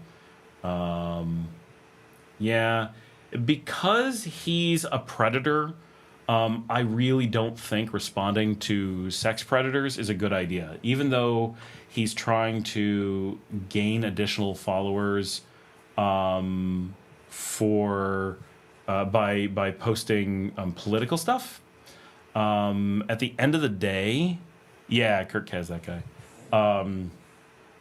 At the end of the day, I don't think doing a rebuttal to something no one should be watching in the first place, even if he wasn't doing the political stuff, like this is not healthy content, right? I don't think even a rebuttal situation of it makes sense. Like this is just a different type of content that we don't want to be associated with. I really struggle to come up with what the potential value of it would be. But there's definitely weird negative things, right? Like you never want to be tied to this guy in any way. So I'm thinking no. As much as I want to just rip it apart and be like, this is a lie, this is a lie, this is a lie. His people are not going to ever see that, right? It's kind of vindictive on our side. Haha, someone who's actually here knows that this is a bunch of crap. Yeah, but you guys all know it's crap too. Like people go to his channel for crap, so they all know, you know? I don't know. Walt says, how's the rain there? Well, it's been very little. We've been way too dry. We had a couple good days. We have enough. Like, it's not a problem. Everything's green, but it would be nice if it was raining 2 or 3 times as much. James says, hello, Scott from Fundy. Just back to the island from mainland. Is quality footwear readily available? Not if you're me. I wear a size 14, so nothing's available for me. Nothing. If you wear like a 13 or smaller, you can find things. If you wear a 12 or smaller, you're fine. You can get quality foot care. We've got footwear. I think we have like Nike stores, and we might have Adidas stores. We definitely have like Payless, and of course, you know, even if you wear size 14s like me, I just go on Amazon and order my shoes. So it's still not a big deal, right? Costs me the same as in the US and comes right to me. So. I mean, in the U.S., I don't go to a store. I order from Amazon for my shoes, so that's what I do here. To me, it's exactly the same.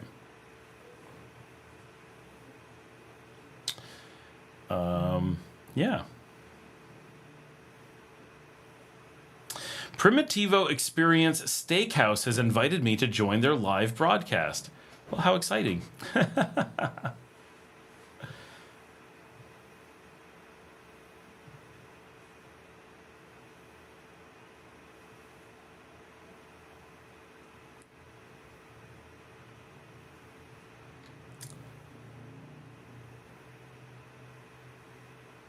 Walt says, wheat kites. Lindana says, if you don't wear shoes size 14, haha, like Sam.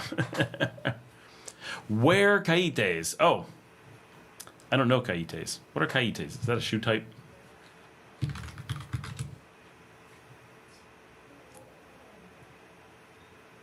don't know what the... Oh, yeah, I'm not wearing those. Those are way too narrow in the toes for me. I wear a lot of sandals. Payless shoes, they just went bust years ago. You know, everybody thinks that they go bust, but tons of, like, Radio Shack is still here and doing well. They're quite popular. ¿Quién está aquí? Hay un... Ah! La Marcelita está aquí. Marcela is here. También? We have a special guest coming on the show. Piensa que... Oh, necesitamos tener una... porque hay un cucaracha. Está bien, es muerte, pero... No quiero sorpresas más tarde. I came across that video of Kurt in Nicaragua and thought he was full of BS saying he was held for 3 hours because of filming. Yeah, right. Exactly, Dave. There's no chance he was done that. And the whole thing starts off with him lying about everything, right? I'm in a dictatorship. He just made that up. I'm in a communist country. Obviously, he's not. Like, he's like, I'm in one of the last communist dictatorships. Where did you come up with that crap? Like, obviously that's not true. Like, is he really claiming that he didn't know that? And then why did he make it up, right? Obviously, he was paid or intentionally being inflammatory. And then he followed that immediately with, see this policeman way back there. He's going to stop me filming, which was really obvious that that policeman back there must not have stopped him filming, or he would have kept filming the policeman come up and say that. Because when I got stopped for filming in Argentina, first of all, they were very nice and everything was fine. And it was not my fault. It was their fault. But they were like, oh, you can't film here. Please stop. And I was on camera with them saying, you can't film here. Please stop. Right? And that's what it was like. And it wasn't, oh, this terrible, you're going to be detained for filming thing or anything like that. Of course it was not. It was, please put the camera down until you leave this zone and then continue filming because you're allowed to film. And that was the hardest that I've ever been stopped. And I film in Nicaragua, from time to time, never had anything like that. So he got detained for 3 hours, but the people who do it every day do not. That makes no sense. So the chances of that, right? The statistical, we got to change the lens here a little bit. I got to move some things around, making some space. Dun, dun, dun, dun, dun. Un momento. Un momento. Es un poco mejor. Y... puedes ponerte aquí, pero está. We're working on getting everybody in here. No hay mucho espacio. ¿En la media? Okay. Pienso. Tengo No, pienso que está bien. Symmetry. Está bien. Voy a... Pienso que ella puede. Aquí. Oh. Conmigo. Quizás.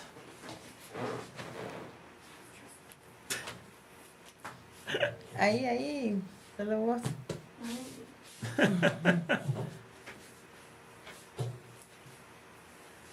Valentina is here.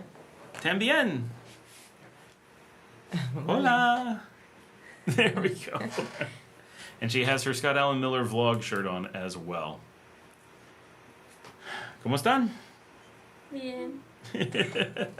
Mejor ahora. Good. Bueno. All right. Let's see. I saw Payless shoes in Colombia before the US one went bust.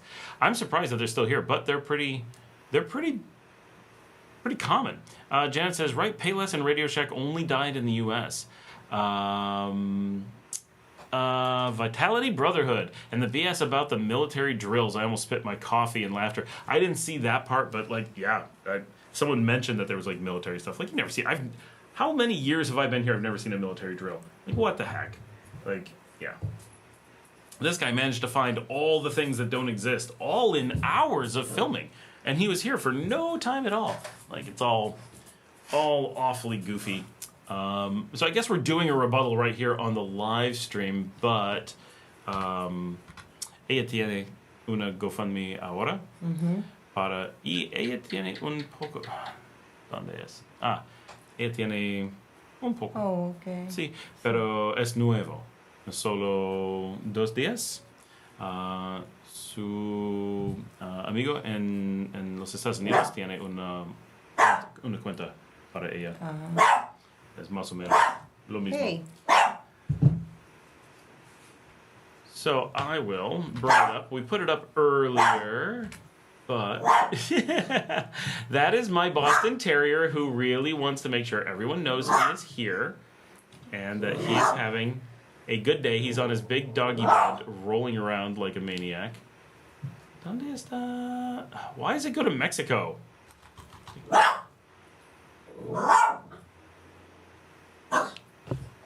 There we go.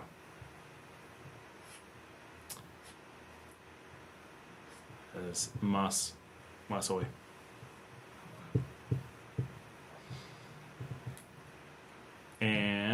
So, since Marcela's here, we're going to talk about how she's doing. This is her GoFundMe. Tienes quimio en lunes. Sí, lunes. So it's 10. 10. Número. So she has a total of 12 chemotherapy sessions that she is going to have to do, and this is number 10 on Monday. And my plan is to be there. Voy a estar contigo. Sí, ese es el plan. Sí. El 2 de junio. ¿Sí? Sí. Okay. Oh my gosh. So what he's doing is he's trying to get the big dog to play with him. And she is sleeping and having none of it. No sé. ¿Qué hay? ¿Qué pasó? She's laying on her side and he's right in her face barking because he wants her to play. He wants to play rough. There he is. Hi. Oh, there's extra people in here and you don't know what to do? Is that what's going on? Come here. Yeah. Oh. Oh, and now the big one's here. Now she wants to. Now they're all on camera. Now you're a maniac. Now you're like Now you're jealous. She's celosa. Celosa. Now they're gonna play. Okay. Oh my gosh. Okay. So chemotherapy number 10 out of 12, which means she has 4.5 weeks left of her chemotherapy process as long as they stick to the original 12. He's poised to strike if she gets close. He's gonna get down now. Oh, Ouch. ouch. Ouch. Oh, he's so little. Get her. Get her. Okay. Oh no. Okay. Es mía. See. Okay, this is an adventure. Is that the guard dog? Yes, that is the guard dog. So she's getting very close to the end of her chemotherapy. We hope that is the plan. Está bien? Oh, she got scratched. Oh, violencia de perros. But she just found out that she's going to have to start radiation therapy. ¿Cuándo? En un mes. En un mes. Va a ser el cambio. Es después de quimio. Okay, so no en lo mismo tiempo. No. Okay, so after the chemotherapy, the mic is blocking. Okay, let me see. It's really tight to make sure it doesn't fall. Let's see if we take it down. Is that a little bit better? And then I gotta angle this up, which we can do. Let's get a little bit more. There we go. All right, is that a bit better? Oh, it's directly in front of. Is it in front of Marcela? I can't. Ay. Hold on, I'm gonna bring up the monitor so I can see it. Ah, that's not so bad. Okay, that is better. So, es vos. En tiempo real, actualmente. So she'll be doing radiation for some time after that, pero no sabemos cuánto tiempo para radiación. No. So that's a lot of additional process that will be coming up soon. So we have a GoFundMe, which I just linked for her. She is a single mom, 2 kids. One is here, and the other is running around somewhere in the house. En el cuarto. Okay. Probably playing video games in the other room and enjoying air conditioning, which we have a bit in here. And we mention this every time, right? She lives here in Leon, just down the street, but her kids are going to school in Managua because they are staying with their grandmother and their cousins, and her chemo and radiation treatments are done in Managua. So she has to go there for treatment and come back here for her house and her job, and everything that she does is here in Leon. Their lives are here in Leon, but the kids have switched school to Managua, but would like to switch back to Leon, and there's just a lot of stuff. So we have a GoFundMe to help her with all of the logistics of dealing with that. For the stuff that she has going on, her care is with rare exception covered by the public healthcare system. Now, there are a few things that she needs to do from time to time, like today, but it's relatively minor, just adjusting that. She has to go to a private clinic. Sometimes because of where she is, to be able to get treatment, it's easier to go to a private clinic and pay a small amount than to use a public clinic for some of the. They just have to have tests before the chemo and stuff like that. So that was this morning. So she's all clear. I assume todo es claro para lunes. Yeah. So she's all clear for Monday at her number 10 treatment. So that is the current status. The tumor that we talked about quite extensively over the last few months, which is in her lungs, has dramatically decreased, which was the most important thing. But a thoracic, I think that's right, chest cavity, I know it in Spanish, but it's the English that I'm struggling with. Tumor there has either grown or has remained, and that's why the radiation therapy is needed. So the chemo has done the thing that they really needed it to do, but now there's this other tumor that needs to be treated with radiation. ¿Sí? Es que sí. Este vos. Yo sé. Yo sé. Es mucho información. Sobre. Okay. Well, it says, hi, family. Scott, what are the rules on bringing drones? Oh, that one's easy. Yeah, no drones. It's a droneless country, and they're very serious about it. And then, is that the guard dog? Lower the boom. And there we are. Lower the boom. He's being a maniac. He's the sweetest dog. He is a cute little Boston Terrier, and he spends most of the day sleeping, and then he gets these fits of just wanting to be a puppy, but he's about 4.5. So he's a middle-aged dog, but he's just got a puppy personality going on, and he's a puppy size. So even for a Boston Terrier, he's a very small dog. But he's super friendly, and he is a rescue, but we rescued him as a baby. And so he has always had... Él no quiere salir. No. You want to be with us. Yeah, you want to be with us. He wants the people. So he's always had a very good life, even though he's a rescue. All of our dogs are rescues. That's what we do. We adopt them. Yes. Oh, he wanted to come over and say, I love you. And then the Mia comes. Hi. Yes, I know. It's your snuggle time, and you're supposed to be getting snuggles, and no one is snuggling you. I understand. Oh, I know you're sad. Oh. Yeah. It was a big sneeze. It really was. And then the big dog is here being jealous. She's always jealous. Es en tu lentes. So she's cleaning her glasses now. That's funny. Christy R is here. Hello, hope I'm not too late. Saludos desde Miami. Miami.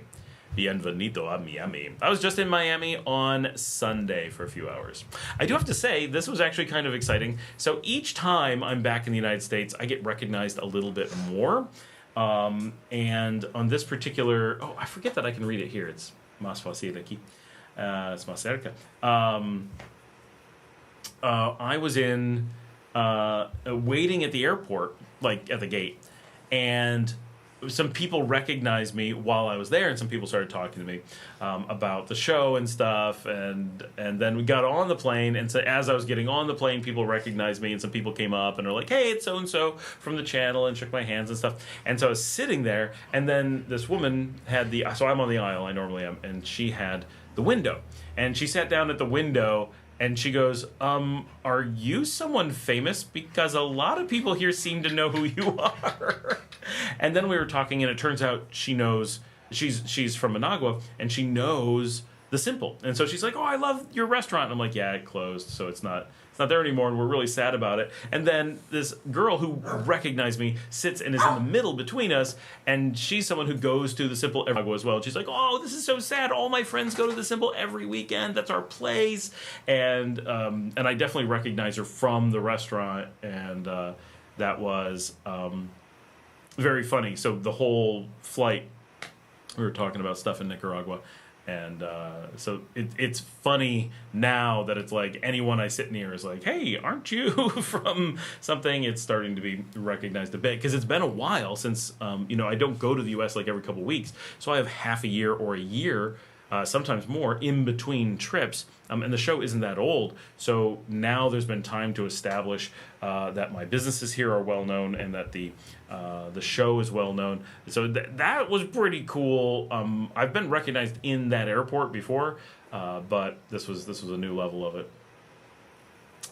Dave says, always rescue, stay away from the puppy mills. Absolutely. Especially here in Nicaragua. Don't give them anything. There are so many street dogs. Get out and save some street dogs. Rescue who you can. There's always dogs available. And if anyone needs a dog, Jillian is currently looking for a home for a 7-year-old spayed street dog. Very sweet, good with kids, good with dogs, bad with cats. You cannot have cats. But if you would like a free 7-year-old sweet street dog that has been treated at the clinic, then let us know. She is in Las Pinitas and desperately looking for a home right away because she has cats that she has to protect. So yeah, and we are caught up. ¿Cómo estuvo tu semana pasada? Oof. Mal. Oh, I'm cutting out a little. Is it because I'm far away or because of the network? We're getting... The network says it's good. You're behind the microphone again. Mark says, I've seen a video about Nicaragua where this guy was talking about being there and the police harassing him while he was there. How are the police there with Americans? But he did not say why. Mark, that was the Kurt video we were talking about. He's a scammer. There's no problem with... Actually, the video I recorded today was about all the fake news in America because Americans are having problems, not with police. Americans are having problems where everyone's worried about what's going on in America, and they imagine that things are going on other places based on that. I have a video coming up in a few days about how that is not a thing. The rest of the world is completely unaware or doesn't care. Like the U.S. is not, or the world is not being affected the way that the U.S. imagines that it is, and nobody cares, right? Like they're all like, America's falling apart, and that's bad, but doesn't affect us, so whatever. That's pretty much where it is. So there's none of that. That guy was 100% scam. If you watch that video, literally the title of the video was fake. The first things he said were fake. He said, oh, there's a cop coming. That was fake, right? He didn't film any of that. And then he made up that he was detained. Now, we can't prove he wasn't detained, but why would he be detained? That makes no sense, right? Except that he was making things up and is known as he's a sexual predator, right? He's famous for that. So they may have been a little bit like, hey, that's not someone we want here, but for other reasons. And clearly he was lying on video. Lying, fake propaganda is a crime in Nicaragua, right? But like that he would be intentionally, like that's like robbing a store and going, I was detained by the police. Mark says, I can't wait to see your video about that. No sound issues for Dave. Dad says, mostly audio cutting. Your lips are moving with no sound, just short breaks.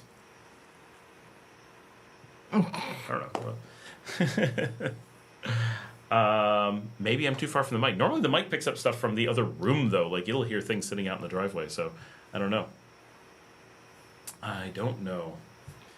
Who's at number 1? Oh, Dave has moved up to number 1. Dave, good job. Dave was at number 2, and Boink was at number 3, and Walt was at number 1, but Dave pulled ahead. This is interesting having this leaderboard. I would never have known who was the top people on any given conversation, and now it's like a thing that everybody can watch and be like, I'm going to be number 1. So that's your competition, guys. Everyone should get a crown tonight. And remember, you can get a higher crown by giving a super thanks. That's why it exists, right? They did this because they're hoping to get more super thanks.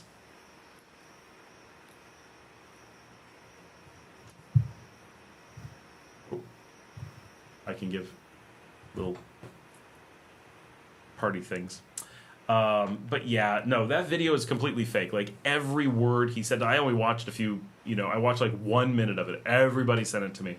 And it's literally every single thing was fake. So I stopped watching because, there's no point. It's just a guy lying about stuff. Nothing he was filming was real. Nothing he was saying was real. Nothing he was saying matched what he was seeing. Like, he's like, oh, there's a cop coming to arrest me. And there's just a cop walking around in the background, right? Did he come arrest him? I would guess not, or he would have filmed it. That would have been great footage, right? But he didn't. So why would he give up that footage if that really happened? Now, if he was really detained, obviously you can't film that. But you can definitely film cops coming up to tell you not to film. Otherwise, you're not filming and they have nothing to tell you. But it's also weird that everyone has filmed at exactly that spot and none of the people who are here have problems. Just this one guy who started off lying about stuff before he got to that point. Issue is that lots of people believe everything they watch. I don't believe that, Walt. I actually don't. That's what they say, right? What they are actually doing is looking for confirmation bias. They've decided that they want this to be true, and they use it as proof of their already existing beliefs, or not likely beliefs. Normally it's desires. They want the things that he says to be true, and so since they don't believe that they're true, they look for videos like this that give them the excuse to tell other people that they believe it's true, even though I don't believe that they do. And it's all part of a supporting lie, and that's a big thing. Because if they believed everything they watch, they'd watch the videos that are here and say, "Oh, clearly this is not true," right? But they're not. They're seeking out. They've chosen what lie to watch, and that's what they're looking for, right? Well, it says triggers more questions. Which thing triggers more questions?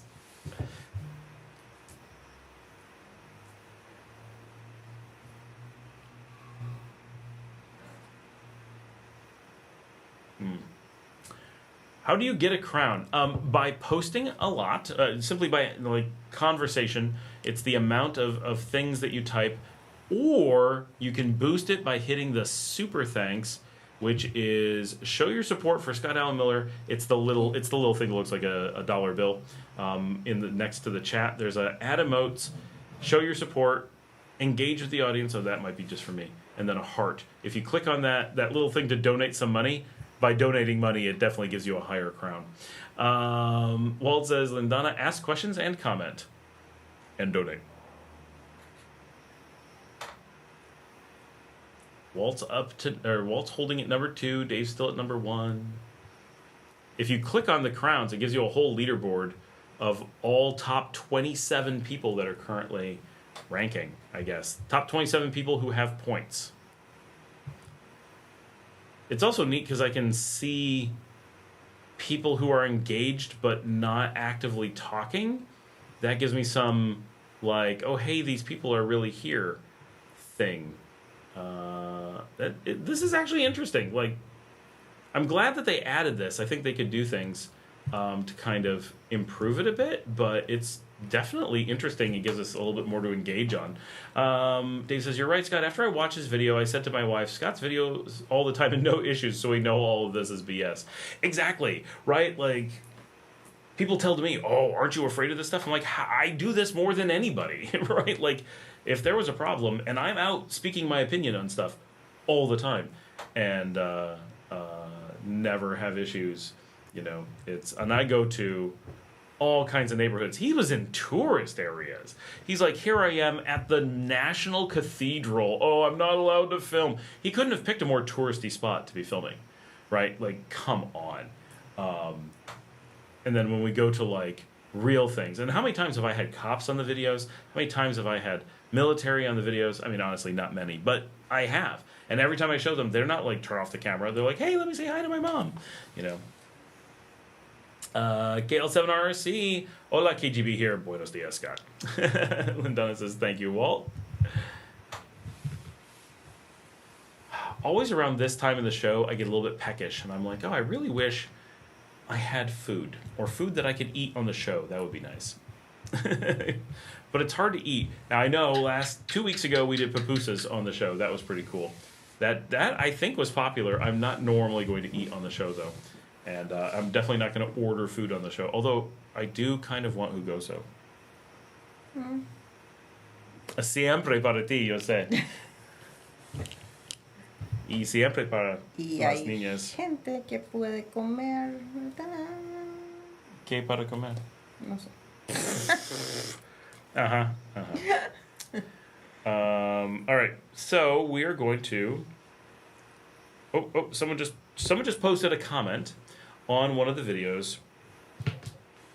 and said, someone just told me not to look at homes online or from abroad in Nicaragua. Lol. That was because I showed a house.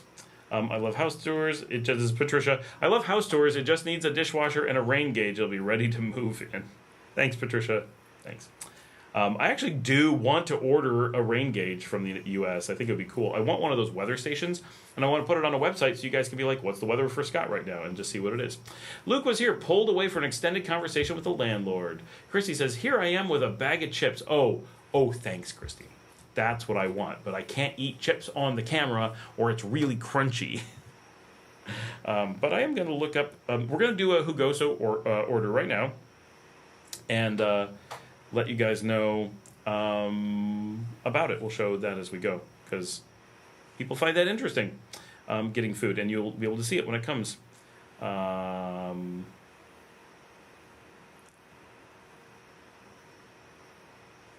And you can time how fast it is. That was one of the things I noticed, and I put this on the video, when I was in the U.S., is that delivery takes at least twice as long for everything. Walt says, Scott, I appreciate the way you present information, considering different perspectives while keeping the facts in front and center. Well, thank you. And Donna says, hi, Luke. Mary is here, sending an early happy Nicaragua Mother's Day to Marcela. Feliz Dia de Madre. And all who celebrate.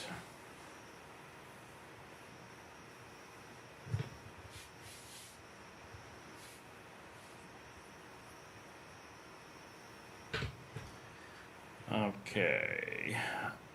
Yo quiero y Luciana, por supuesto. Ahora no. Gozo. Speaking of houses, though, this is Cal Hewitt. That Esteli house on WhatsApp is gorgeous. Alvaro's house. I want to go up and film that. That looks really cool. I think he said it's a quinta, I think, and they've had it for over 100 years. That's really cool. There we go. Meriton de Guanabana. Guanabana. Bam, bam, banana. Guanabana. Bam, bam, bam. Guanabana. Bam, bam, bam. For those who don't know, guanabana is a fruit here. It is soursop in the U.S. It is delicious. Definitely recommend it in smoothies. I'm dying. How about you? ¿Y parte fari? Es Cero negro. negro. Ah, sí. Es porque es helado. We're getting batidos at smoothies. Chrissy says, Delivert takes as twice and costs 3 times more. I miss the guys in the motorcycle bringing everything and anything right to my door in Matagalpa. Oh, yeah. That's what we're about to do. We're about to have the motorcycles bring smoothies for everybody. Lindana says, great idea. We should send a weather gauge to Luke so he can put one up in Matagalpa as well. You know, you could send a weather gauge to me. That's also an option. Right? Actually, we should have a network of weather gauges. We should get one to Elton, get one to Luke, get one to me. We need to come up with the same one, and we need to come up with a model that will post to a website. So we actually pull data off of it, and then we can put up a website and be like, here's the weather in Acotal, here's the weather in Matagalpa, here's the weather in Leon, and maybe we can find someone to put one in Managua. That should be easy. And that would be... Luke, do you actually have an Envios Maritime wish list? And if so, how did you do it? Because that would be awesome. Actually, now that I have a maritime thing, I think I could do that. Jillian had asked me to do that, and it didn't occur to me that I now had a way to do it. That, I think, would actually be really smart. Weather buggers. That's inappropriate, but okay, that's funny. Let me see, I need to find out what my daughter wants. Luciana is looking for Liesel's order. Perfect. Luke, if you've got a model that looks interesting, pop it up and we'll open a link. And I will set up I will set up an Envios wish list. That would be fantastic. Because every so often people are like, I don't want to send money. I want to, send a thing. And that's fun, right? And I've got little things that I need. Like I just went back to the States. Oh, where is it? I don't know. But like, for example, sometimes I need a microphone. And this is a discrete thing, but sometimes these I have enough of. But from time to time, Oh, you have lists for air, maritime. Interesting. Oh, Luke, no, what I mean is, so there's a way to do a public list so that people can buy them for you. That would go immediately to maritime or go to maritime. That is what I'm thinking of, because that's what Jillian wanted to do. When she got me, oh, it's not in front of me. She got me the Pocket 3 last year, and she was like, make a list. I want to be able to pick things off the list and send it to you. And I never figured out quite how to do that, but I think I can. I did just get this. I have not used it yet, but I'm really excited because this is a lot nicer than the one I had. This is my new dashboard camera mount, and it's a little bit different than my old GoPro one. The GoPro one was really nice, and I'll embarrassingly admit that I left it in the Toyota when we sold it, because they sold it without me being around, so everything was just left in it. I lost a whole bunch of stuff. But this one, I can put different mounts on, so I can mount the Pocket 3 and the Insta360 on it. So I can actually use this to film out the windshield and film everyone in the car at the same time, which is crazy interesting. So I'm really looking forward to trying that out and just getting back to doing more filming from the windshield, because now we have a car with a nice windshield and a nice vantage point, and we can put cameras out the roof. We have a whole bunch of options for things. Alegría. Ella quiere alegría. Walt dijo, hola Marcela, que tengas un día fantástico. Gracias. Pedidos ya, bum, bum, bum, pedidos ya, bum, bum, bum. Alegría. Paralizo. Ok, hay 6 productos. 1, 2, 3, 4, 5, 6. Sí, 6. Ok. Nunca para Paul. 2-0 negro, melocotón de guanábana, moro mora, frappe cappuccino y alegría. Alegría. Alegría. Alegría. Alegría.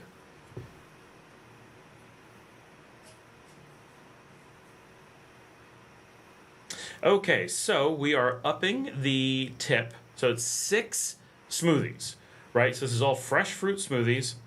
And the recommended tip is 29 Cordoba. I always increase that to the maximum that you don't type in, which in this case is 45 Cordoba. So I always do a little bit extra, but not something ridiculous. If you want to give, like, I want to give $10, you have to, like, do a thing. They let you give no tip, 15 Cordoba, 25 Cordoba, 29 Cordoba. They say that's recommended. And then 45 Cordoba. If you can afford it, please tip the upper amount. They do a lot of delivery. It's a big thing. It says 15 to 20 minutes. We can get priority by adding 12 Cordoba to the... It's going to save 30 seconds. Like, don't do that. So we're going to place the order. And our total, this goes on my American Express. It's all in the system. It does a face check. It is attempting to place the order. It is 7:18 here, in case anyone is wondering. It goes green when it works. So that just went through. And in a minute, it'll tell me all my details. So when converted to US dollars, because American Express has already paid it and already told me, it was $21.45. That is for 6 people to get smoothies delivered at night. So that's not nothing, but that's about $3.38 or something per drink delivered at night. It's not free, but imagine getting a fruit smoothie in the US and then imagine getting it delivered. It's a good deal. And these are really good. Jugoso makes the best. Es el mejor batidos.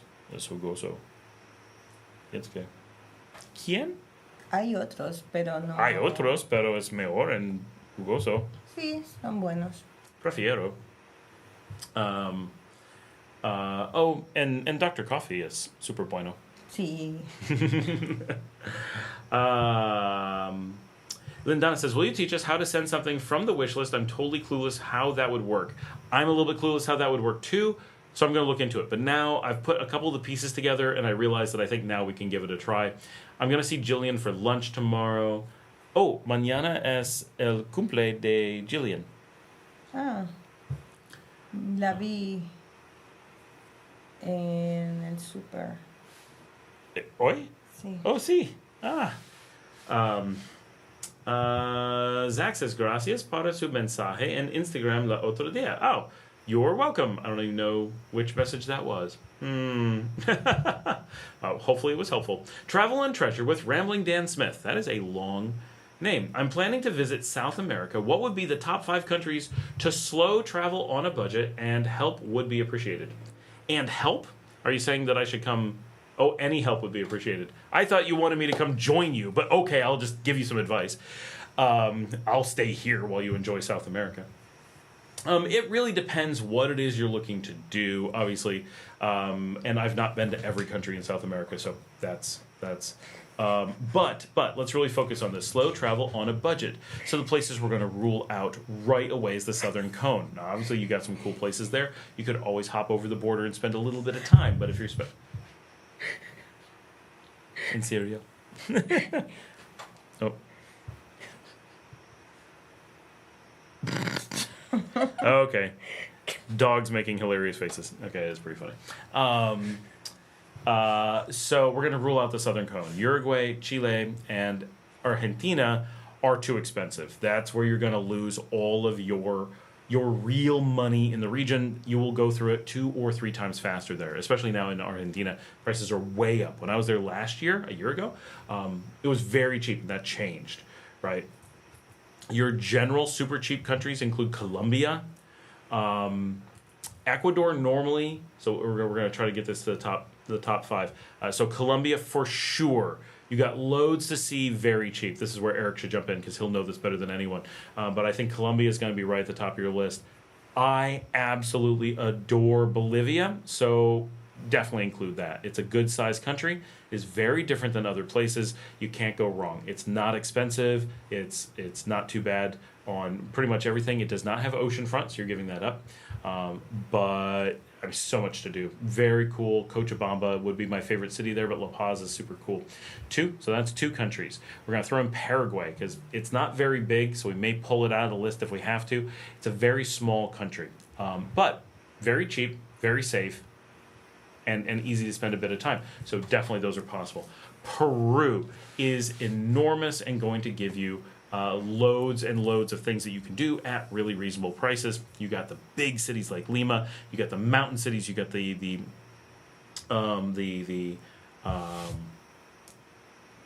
valley, whatever it's called. Not the Royal Valley. What the heck's it called? Not Heaven's Valley, the Celestial Valley. I can't remember the name of it. Very famous valley up in the mountains. You've got the old capitals, all that kind of stuff, right?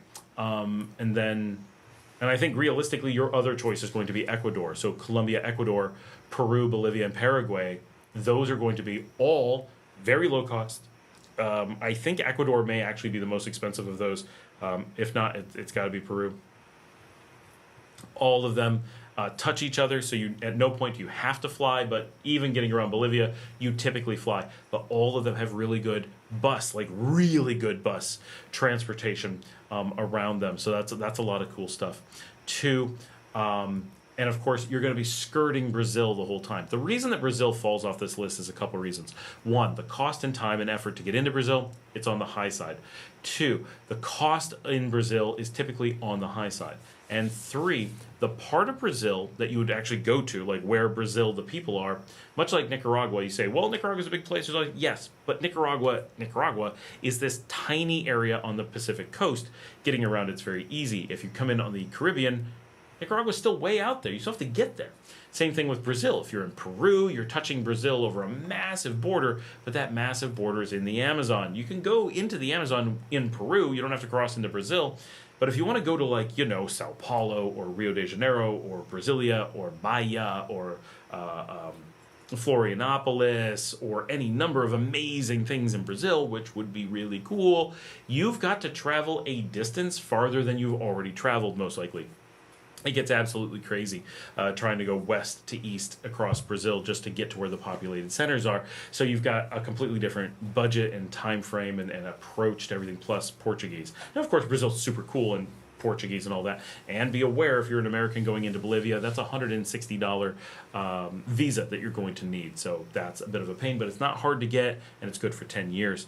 And then you'll be able to stay in Bolivia for a while, and it's multi-entry. So you can go, maybe you come in from Peru, that's the thing to do, come across at Lake Titicaca, go into La Paz, although you got to acclimate, so make sure you're acclimating in Peru if you're going to do that. And then you can go see more Bolivia, eventually end up in Paraguay, and then once you've put in your time in Paraguay, you can return to Bolivia without a problem. So that's a bunch of things that work pretty well. So that would be my 5 for doing South America, almost for sure. And my personal, I love Cochabamba. Make sure you're spending some time there. Zach said, sobre Hinotega. Ah, yes. Jose says, greetings from Lufkin, Texas. I will be coming into Nicaragua, and my AT&T plan works in Nicaragua. What food apps work in Nicaragua with an American phone number? None. There's only one app here. It is Pedidos Ya, the one that I just used. All others have gone away, and even when there were others, they required a 50 number. Could be 501, 502, 503. Doesn't have to be a Nicaragua, but it does have to be a Central American number, and so they look for that. Unless they've changed that, that's one of the reasons we get the cards here. If you're going to be here any amount of time and do food ordering, totally worth it. And it works throughout the region. So when I go to Costa Rica, which I do semi-regularly, and often I order food, right? I'll be like, I get in late because I'm getting off a bus, I get into a hotel, I either race to an Indian restaurant when I've got the energy, because that's what I like to do, and if not, then I order in from Burger King, because San Jose has the all-veggie late-night Burger King menu with 8 different vegetarian items, and available at 10 o'clock at night, hours after the regular Burger King is closed. So good, I love that. But it's because I have a Nicaragua 505 number that I'm allowed to do that. Otherwise, it's a pain. So you're only talking a few bucks. Just go pick up a number while you're here, Jose. Ben says, how does the delivery system work? Do they have offices with employees around the city, or is it Uber-like system where drivers own the deliveries and pay for being part of the system? So that could be all kinds of different things, depending on what service you're using. There are big national services like Cargo Trans that do have offices in many cities, and they have trucks that go around. There's also little bike people all over, couriers. There's also the public bus system that does delivery to the terminals, There's a bunch of different things. So you could have a dozen different approaches for any given delivery. Some places deliver right to your door as part of an integrated whole, like Envios Leon does that, but Envios Fast Track that Luke and I use that goes to Managua, you have to have something get you the last mile into your local city. I typically pay for Cargo Trans or Courier. In the past, we've done the bus thing. That's too much work. I'm too premium for that. It's not worth it. If I'm sending Marcela, we'll let her do that. But if it's me, I'm not going to do that. Envios en el bus. En el terminal. Es demasiado duro para mí. Porque es, hola, ¿dónde está? ¿Dónde está? No sé. It's too much. Envios Fast Track lists via their online shopping facilitation process. Oh, we're going to have to check that out. KJ. So first of all, Anna says, KJ says, hey man, I'll be visiting Nicaragua in another month for 2 months. I hope I enjoy it, and if I can ever land a work from home job, I'd be interested in living there. Awesome. We're looking forward to having you here. Where are you going to be heading in Nicaragua while you're here? Zach says, Colombia, Peru, and Ecuador is a good northern trifecta for some slow travel. Yeah, you got so much, and that's one big zone. And then Peru, oh my gosh, it goes on so far. And then it becomes the central trifecta, southern Peru, Bolivia, Paraguay. So you got all that. And then don't forget, and Maggie from the show is in Lima tonight. She's in the air right now, on her way to Lima, so we'll be getting a report from how things are in Lima. I don't know that she's ever been there. Maybe she's been there a lot. I don't think she's ever been there. And she'll be arriving shortly. 3 hours, I think. Mark says, I would be to spend some time in Peru and see Machu Picchu, for sure. Little Roundhouse Sarasota, who has lost their crown. Do you know anything about the Philippines? A little out of left field question. I'm not an expert on the Philippines. I've not been there. I have friends from the Philippines, and know a little bit about it, but you're going to find a lot of people with a lot more information than me who've actually spent time there. Would love to go. Sounds beautiful and interesting, and it's kind of like the Asian bit of Latin America because they were a colony of Spain, they were a colony of the U.S. They have linguistic ties, they have cultural ties, they have all kinds of like connections. They're often seen as a very, very, very close to Mexico. In many ways, I think it would be an awesome place, and my friends from there are all really awesome people. It seems like a really nice culture in general. Hectic, crazy, and you know, we're so used to so much of Latin America being so small, like big land, tiny population, and the Philippines is tiny islands, giant population. So that's a big change. But other than that, there's just so much cultural affinity between the regions. Zach says, in February, I was eating breakfast in a restaurant in a little tourist village by the sea in Ecuador for like $8. Travel and treasure with Rambling Dan Smith. Thank you so much. Jose says, I appreciate that. Love your podcast. Well, thank you. Travel and Treasure with Rambling Dan Smith says, may look at Central America as well. So Central America is fantastic. I love both, obviously. I live in Central America, right? So obviously I chose it for a reason. However, if I was slow traveling, I would think South America is a bit more exotic and fun and varied, that you can do a lot more interesting in a certain amount of travel. Here, so Panama is fantastic. I used to live there. And in case... This name is so long. In case Traveling and Treasure with Rambling Dan Smith is not aware, I have offices in Buenos Aires and on the coast in Argentina, and used to have one in Salta. They shift from time to time. I have 3 offices in Bolivia, in Santa Cruz de las Sierras, and in Cochabamba, and in La Paz. My largest office anywhere in the world is La Paz. It's really big. I got to spend a bit of time there 2 years ago. So cool. I really want to go back soon. That would be very cool. That's one of those places my wife can't travel to, so I only go for work because of medical conditions. She can't go there. My dad says the cutting out was my problem. Fixed it. Continue having fun. Good night. Night, Dad.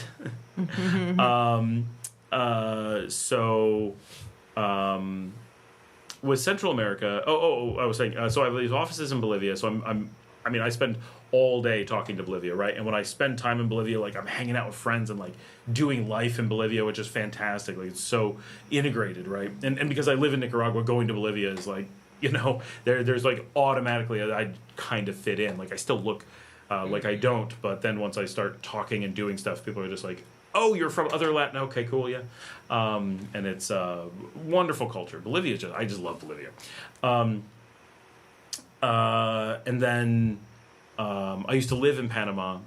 I go to Costa Rica regularly because I've always lived on either side of it for a long time. Live in Nicaragua now for a really long time and have been in the region for 10 years. And then I never work in El Salvador or Honduras, but I've been to both. I work a little bit in Guatemala, and I work a lot in Belize. And of course, I've been to Mexico. So I put in a lot, and I have 2 offices in Mexico, right? Merida and Guadalajara. And we used to have people in CDMX. And we used to have staff in Guatemala. And I have an office in Belize, right? So, like, we're all over the place. So in Central America, Panama is small but amazing. Really like it. It's not cheap, though. It's going to be very much in line with Argentina. Costa Rica, super cool country, very touristy, extremely expensive. Like being in the U.S. expensive, and at times more than the U.S. expensive. So that's not great. Arpeditus Yah says that Kelvin is on his way, and he is partway here from downtown, and we get a live map showing his progress. He's coming through Santa Maria right now. He's about pretty close. He's definitely stuck in a little bit of traffic at Marcadito, and he's going to be making the turn pretty soon. Está enfrente de tu casa. He's right in front of Marcela's house at the moment. And what time do we order? Anybody know? Did anybody look at the clock when we did it? Oh, actually, I can. Yeah, I actually can take this little thing. So this is what I'm going to do on the microphone stand. I don't think you guys will be able to see this. Oh, él está cerca del aeropuerto ahora. So I put my phone. Oh, you can kind of see it. So I add this to the mic stand, and now we can watch him come down the street. and arrive, which is really nice. And it tells us who it is. We know when to walk out, and we've got security guards who will let them in and everything. But Marcela will go out and retrieve the drinks since we're on the show. Gracias. So Costa Rica, you're going to go through your budget really fast, and it's super touristy. For those of us who live here in the region using Costa Rica as like this little vacation-y Florida kind of place next door, it's amazing. I'm so thankful for Costa Rica being there. It really does enhance the Nicaragua experience significantly. And I love Panama. Like, that's another option. Both, like, we can fly to Panama cheaply and easily and quickly. Both of those are pretty expensive, though. So if you're looking to do a long-term slow travel, you can make it work, but you're going to work a lot harder down there. Then you got Nicaragua, which is amazing, and you can stay here for forever, and it's super cheap, and blah, blah, blah. The CA4, though, here with Honduras and El Salvador and Guatemala, we're one border zone, so we make slow travel through that region unnecessarily complicated. Even though you can get 180 days, it's not as easy as it could be some other places. Belize is just past that and ridiculously expensive. Like, they make Costa Rica look cheap in many cases. So good to know that while you could do it, and it's tiny, so you don't need very much time, every moment you're in Belize, you're going to be bleeding out cash really quickly, like Costa Rica. And then, of course, we got Mexico right there. So while this region is wonderful and I love living in it, like, I really am thankful for getting to live here. For a slow travel adventure, boy, if it was me, I'd probably lean towards the South America thing. You get to see so much more easily at a lower price. Here in Nicaragua, if you're going to live here, amazing. If you're going to visit for a month, amazing. But if you're looking for that kind of like long-term, many country slow travel, you're going to get just way more easily in South America. Tiffany does great things. Hola, Scott and Marcelita just got back from Jamaica. That is Jamaica, right? I hope so. Otherwise, wait, can I put my mouse over it and determine? I think that's Jamaica's flag. It doesn't tell me. Wait, does it? No. Didn't catch you and the family at the airport. Hope the trip went well. Oh, you broke it. Oh, Stocky. Yeah. Yeah. Oh, the puppy. All right, we're going to have smoothies on the show any minute.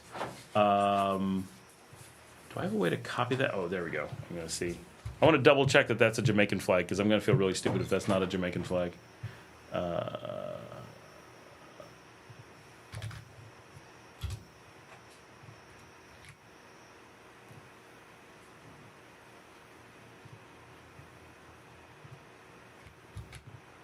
don't know where I can reverse look it up now that I'm doing this.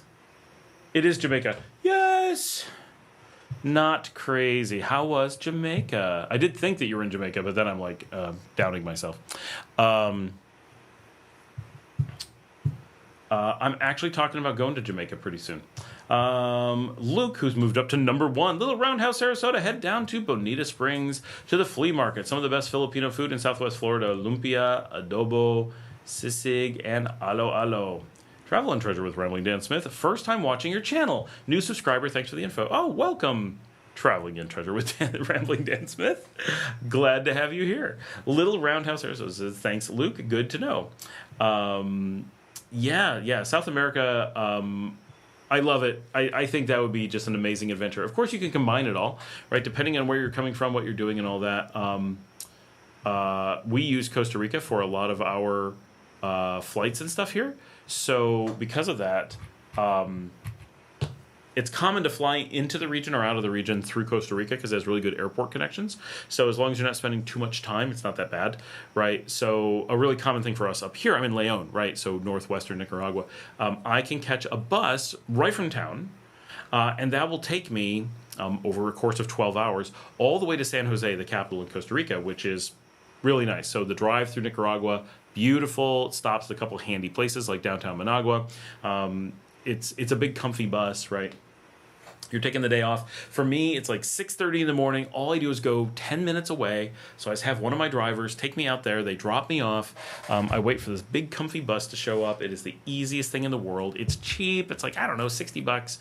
And they give you a few snacks. Like, seriously, it's like wafer cookies, like, don't get excited, and they give you a little thing of fruit juice just to make sure you have, like, you don't have a sugar crash, and they drive you all day. They take you to the border. They make the border crossing really nice and easy, and then when you go over the border, They drive into the countryside until they get onto a high cliff overlooking the ocean. And then there's a buffet, a Costa Rican buffet with authentic Costa Rican food, like actually authentic Costa Rican food. And it's delicious and not very expensive. And I've learned all the things that I like to eat there because I do it a lot. So it's really nice. Like the whole experience is very comfy. They make there's a bathroom on the bus. They also you can use the bathroom at this stop. You can use the bathroom at the border. They do a couple things to make sure that you're okay.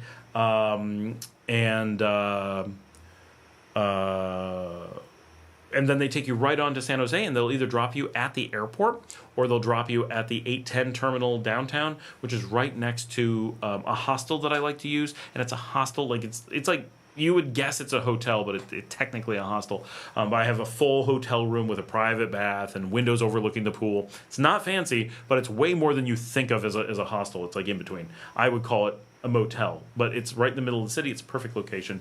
It's perfect for people coming in on the bus. Like it's, and I've done videos on exactly how to use it. It's like the local hostel. I think that's its name, the local, it's really good. So we do that, and then it's really easy to use San Jose for shopping, for food, for whatever, and then taking a flight out of San Jose to anywhere very cheaply works out really well. They have really good flight connections. That's where you save all your money.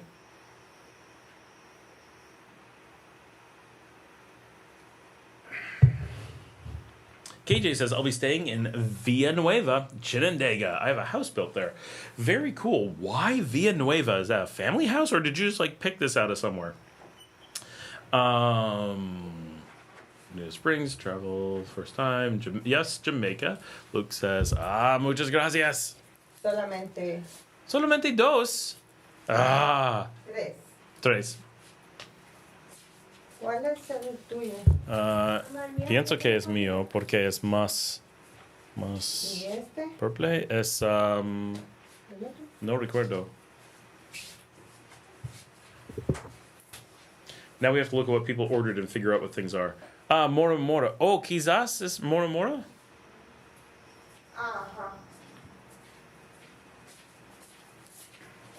Sabía perfume. Perdidos. Este es mío. Este, Serra Negra. sí, para. Luciana. Ok.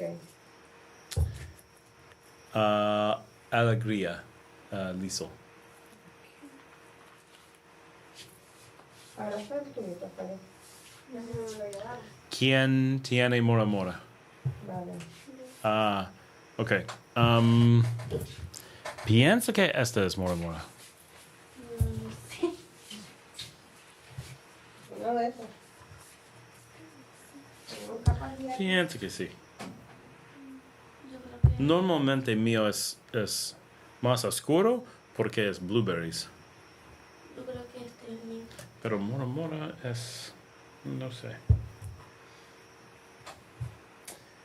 Pero, ¿cómo vamos a beber? So they didn't bring enough straws. And it's not the first time in the last week or two that they did this. These are not meant to be opened without a straw. ¿Qué es el plan? Pienso necesito escuchar. We're figuring it out. Luke says, did you get to look at the link about the shipping container supplies? I looked briefly, but I didn't get to like really look at it, but I did see it, Luke. Thank you. Tiffany does great things, says humidity and rainy, but I loved it. Did a lot of sightseeing. It's weird, 15 years, and I still haven't gone all over the island. Wow. KJ says, my wife has property there. It was given to her. She's Nicaraguan. The land was given to her. Oh, very cool. Chinandega, not where I'd be looking to go. Brent is finally here. Hola, guys. Enjoy the smoothies. Did I hear them called liquidos when I was there? Can't remember. Maybe that was another kind of juice drink. Liquido is normally something that's been liquefied. These are normally called batidos, but they can be called smoothies. But you could call it a liquido. Like, that would kind of make sense, but that's how we refer to the beans. So that would be weird. But batido, B-A-T-I-D-O, is what we would normally call them. Where are those permanent reusable straws? Actually, we probably do have some, but I don't know because everything gets moved around. That's not a bad idea. We should have them. Tiffany does great things. Tried driving while I was down there, but nope. I had family to drive me around because the country parts are narrow roads. Aha, muchas gracias. Just as you requested, Luke, the permanent metal straws have arrived. Él dijo, solo hace 2 minutos, ¿dónde está las metales?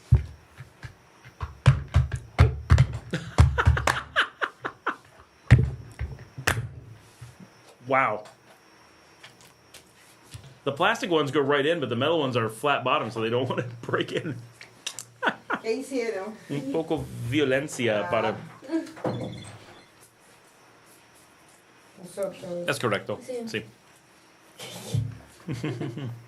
La Fanny tiene sueño.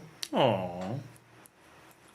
Pienso que Van mañana... a salir para tu casa? Sí. Ok. Pienso que mañana puedo venir muy temprano, Mm, antes de ir a Managua, entiendo. Ok. para desayuno. ¿Tienes tu dinero? Sí, Ok. para desayuno y después Mm, salir para Managua. Quizás queso duro mañana? ¿Ay? No. Ah, puedo comprar en el mercadito. Sí, quizás. Claro. Si quieres. Sí.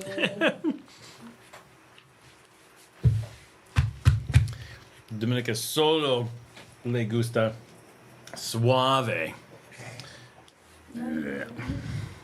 Okay, we're going to move this. They have to head back because her son, who has not been on the show, he's hiding, is tired. Adiós. So I'm going to move the microphone back to kind of where it goes. I'm coming back into the middle. Brent says, oh, right, batidos, you jarred the memory. Buenas noches. Hasta mañana. Adiós. When is the March to the Fort? I'd have to double check. You can check the video I did last year, but I think it is July 9th. It might be July 9th. It's around then. That is a fun event. If you're going to be here, make sure you're in good health. Luke might want to come down and do that. That would be a cool thing to do for everybody. Well, maybe we can put together a little group to do it. That would be fun. It's definitely a neat event and very unique. Very Nicaraguan. So a great way to kind of learn and celebrate the heritage. You never know if Janet might be there. Her husband almost certainly will be there. Janet, are you going to do the march? So my classes are over. I hope I can do the rest of the work while I'm listening. Usually not. Brent did say buenas noches, Marcela, but she has run away. Run away, run away. And KJ says, well, if I moved there, it would definitely be a different city. Okay. I mean, Chinandega does have the best Asian fusion restaurant in a plaza.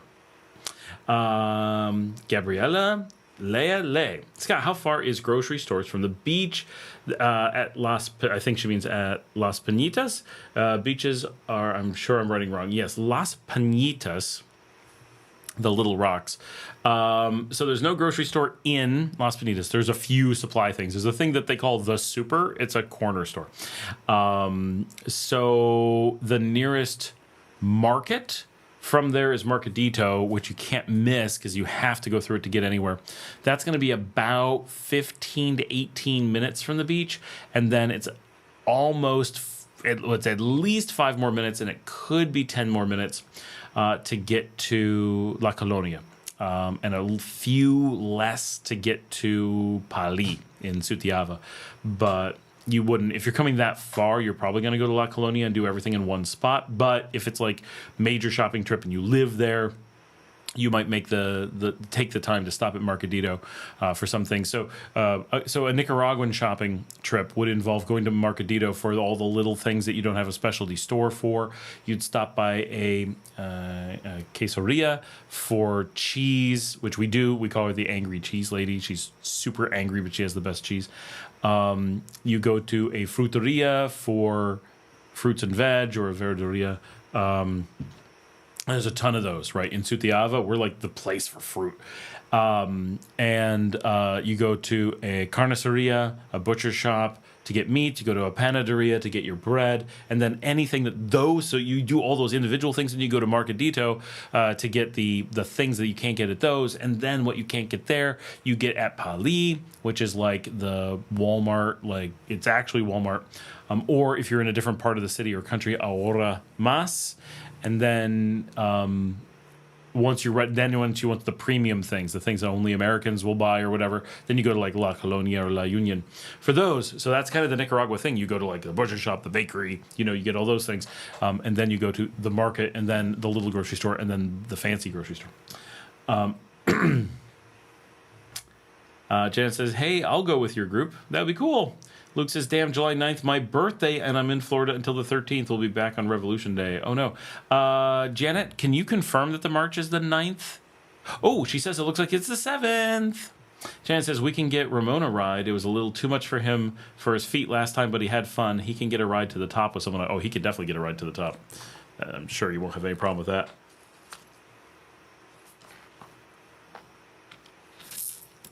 Gabriella says, thanks. I was going to rent or buy there.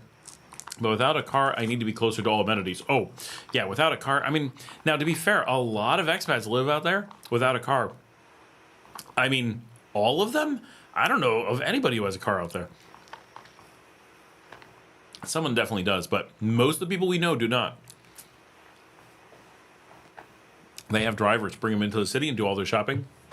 That's just what they do. It's, believe it or not. And we went our first year living out there without a car. Now we live in the city and have a car. But nearly 80%, 85% of the expats don't have cars. Janet doesn't have a car. No one I can think of on the beach has a car. Maybe Gary does, just never drives. They're constantly, taking taxis. And part of it is what a lot of people do is they come in from the beach and they want it like Friday nights, right? We all go out to Via Via. It's like where the expats hang out and do local stuff, but together as expats. We all go to like local rock bars and stuff. And everyone wants a drink. So they don't want to drive in. So either they take a taxi in and then get a hotel in town. That's super common. Or they take a late taxi back, but they don't want to drive either way. And then they don't have a car. So if you don't have a car, paying for that is really not that bad, because then you're like, okay, I don't have a car payment. I don't have to pay for gas. Yeah, driving out to the beach, it can get expensive. But if you're only doing it, once or twice a week, it's probably cheaper than having a car. Jan says, I'll check if it's a different day this year, but I bet it's always the same since it's part of the revolutionary commemoration. Yes, it should be the same every year. I believe it is, because it's the anniversary of the fort being taken. So it'd be weird to be a different day. Brent says, I gave the dried smoked cheese a good try, but couldn't quite do it. The other cheeses I had were really good, and the sour creams were incredible, really. The sour creams still don't do it for me to the level of like traditional sour cream. But the cheese that I really like is the very pungent hard cheese fried. Now, not like deep fried, like pan fried. Oh my gosh, that's good.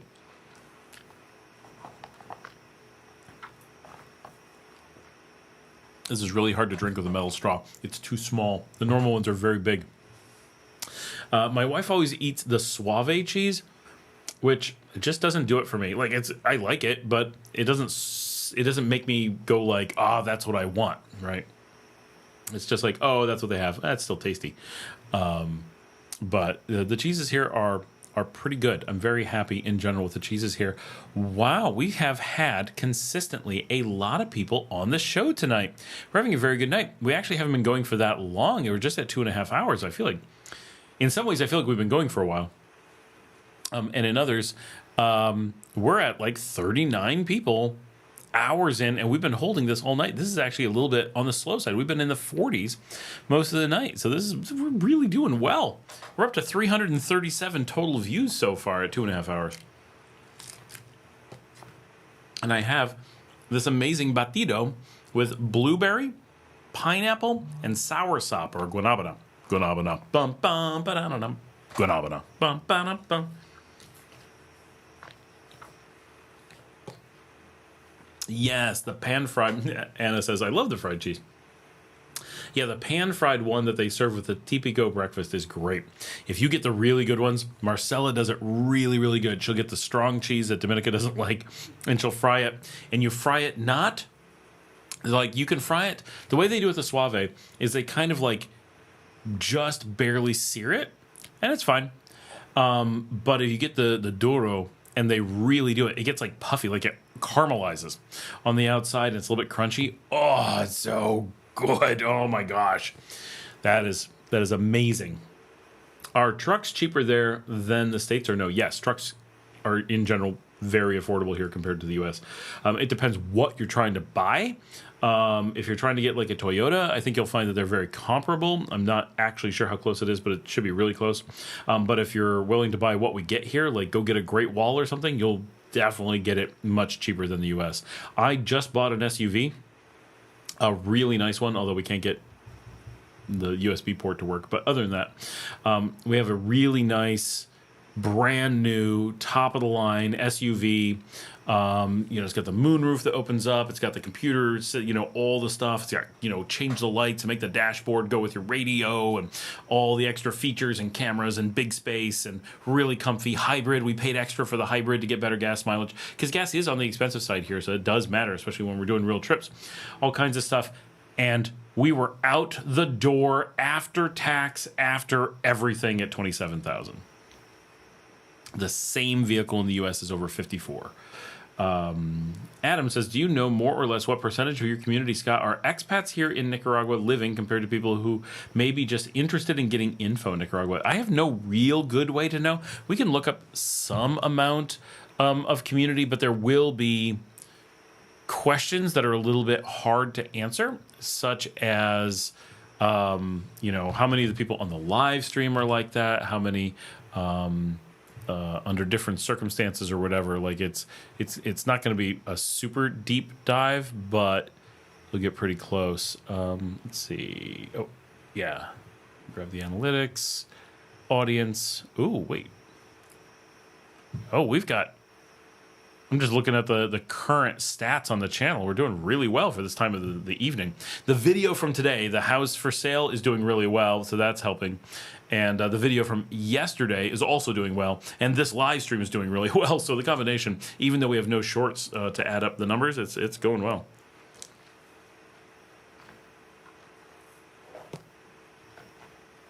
I love Nicaraguan batidos. They are so good. All right, let's see. Audience.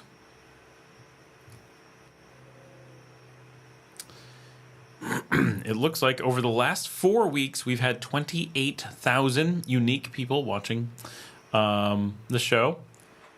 The #1 channel that my audience also watches is Immense Coffee, followed by 100 Noticias, Miguel Mendoza, Nicaragua Actual, and Exclusive.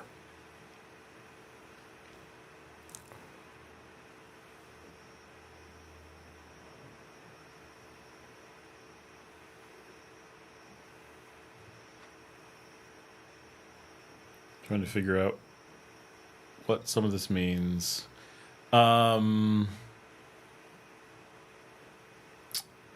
Somewhere. So this is interesting. The #1 way, and this, I put a lot of effort into the show being like really high end. Like every episode is 4K. Most of them are in HDR, filmed on really expensive cameras, edited at really high quality, uploaded on a really high bandwidth HEVC, H265. Like I put in an effort to making sure the show looks good as much as I can for what it is we're doing. I've got studio lights and so many different cameras. 34%, the largest group of people, watch the show on televisions. That is not normal for YouTube. Then just below it on mobile phones, and then a significant number on computers, and then very few on tablets. But that's really interesting. Now, of course, if you take out the shorts, 36.5% watch on TVs. And if you look at the lives, nearly 37% watch what you guys are doing right now over more than 1 out of 3 of you is watching on. Oh, wait. Oh, no, this one flipped. Is watching on a computer. And only 23% are watching on TV. That threw me off. But interesting. Very interesting. Top geographies. Here we go. Over the last 28 days. Let's take this down to the videos. It's a little bit more informational. 63% are watching from the United States. 13% are watching from Canada. So between that, 76 and a third percent are watching from North America. Just 9.1% are watching from Nicaragua. That includes Nicaraguans and the expats who are here. So very strongly, we are getting people who are interested or miss Nicaragua or want to keep up or whatever. For sure. And then our next biggest places are Mexico and Belize are our next biggest viewers. The thing that surprises me is how few Europeans watch the show. Where's next? Then comes United Kingdom, Costa Rica, Germany, Argentina, Guatemala, Australia, the Netherlands, Spain, India, the Cayman Islands, Sweden, Philippines, and France, and then Denmark with a surprisingly high number of hours, but not as many people. Colombia, we're still getting respectable numbers. Honduras, Japan, and then by El Salvador, okay, that's where it drops off to almost nothing. But all those countries I just mentioned all have some decent amount of watching, but the U.S. and Canada and Nicaragua are basically all the audience.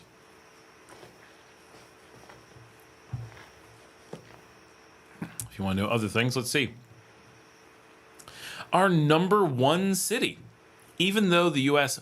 completely dominates, our number 1 city is Managua, followed by Miami, Los Angeles, New York, Toronto, San Francisco, Houston, Calgary, and then Leon. Viewer ages, by far, our majority are between 45 and 64. Gender, almost 80% of you are male. Let's see.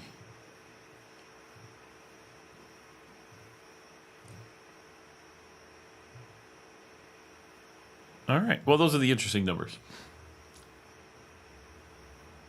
Lindana says, I'm a Nika living in Florida and can't wait to go back. KJ says, wow, that's kind of crazy.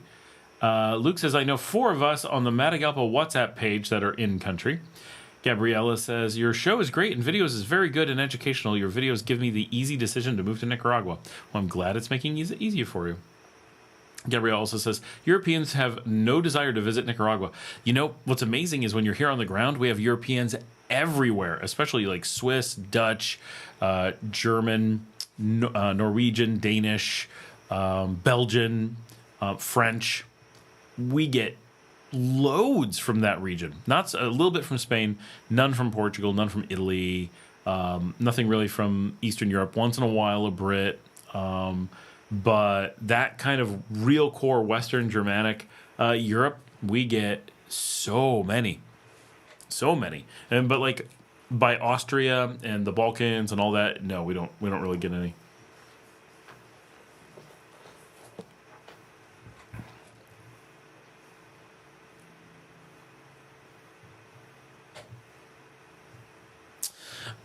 Let's see. Adam says, wow, interesting split. Yeah, it is, I think, pretty interesting, like, where are people coming from?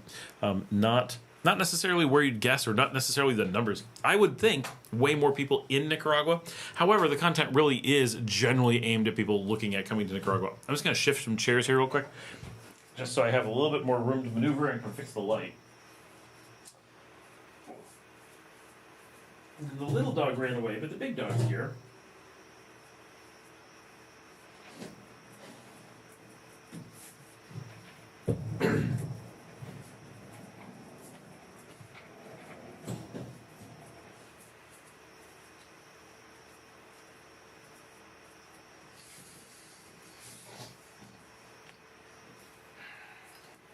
All right, here we go. That should look a little bit better, and it's a little bit easier for me, and I'm going to shift over just a little bit so that I'm a little bit more square on the camera. There we go. Gabrielle, I'm from Europe, and I tell you, people there go visit Nicaragua. They all want to go to Mexico. Well, the same thing in the U.S., right? Like, even in Canada, which is the #1 country for visiting Nicaragua, we have so few, right? It's tiny numbers. So if you're looking at it from the foreign side, if you go to the U.S. or Canada and say, how many people want to come to Nicaragua? They go, nobody. Like, you'll never find someone. But when you come here and see where people are coming from, those countries send lots of people. It's because the total number of people coming here is very small. And it says, yeah, my house is next to Mano a Mano and is mostly Europeans. Yeah, and they're owned by Brazilians, I think. We get a lot of Brazilians.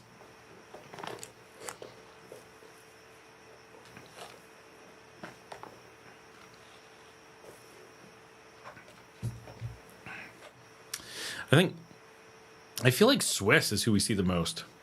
And they really stand out to me because I'm Swiss. So Luke says, already heard references to me as the gringo of Guanuca, densely populated part of Matagalpa, and evidently I'm the guy.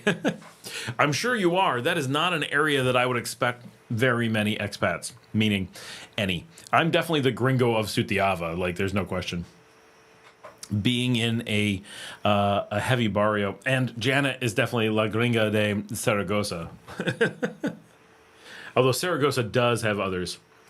Gabriela, yeah, we mostly go to Costa Rica. That's because Costa Rica has flights. There's no flights to Europe from here. So, we have to go to Costa Rica to get to Europe. Logistics really do play a big role. That's why we're really excited about the possibility of the new airport, because the hope is that it's going to have direct connections to Europe and other places and to South America. It's not going to have a ton to Europe for sure, but if we could just get a flight to Madrid, we would be happy. And I mean, Madrid's close, right? So even if you want to go on to Frankfurt or something, you just land in Madrid and hop on the train. It's nice and easy. It's not like you're flying over it and coming back or anything like that. So it's very straightforward. That would be really awesome. But much more practical, what we want is direct flights to Bogota or Lima.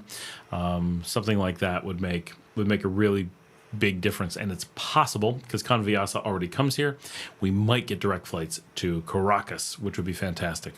So those are things we're hoping for, but we haven't seen a lot of forward progress on the airport in a while. So it's definitely not moving really fast, but it would be really handy to get that done because we need that big runway.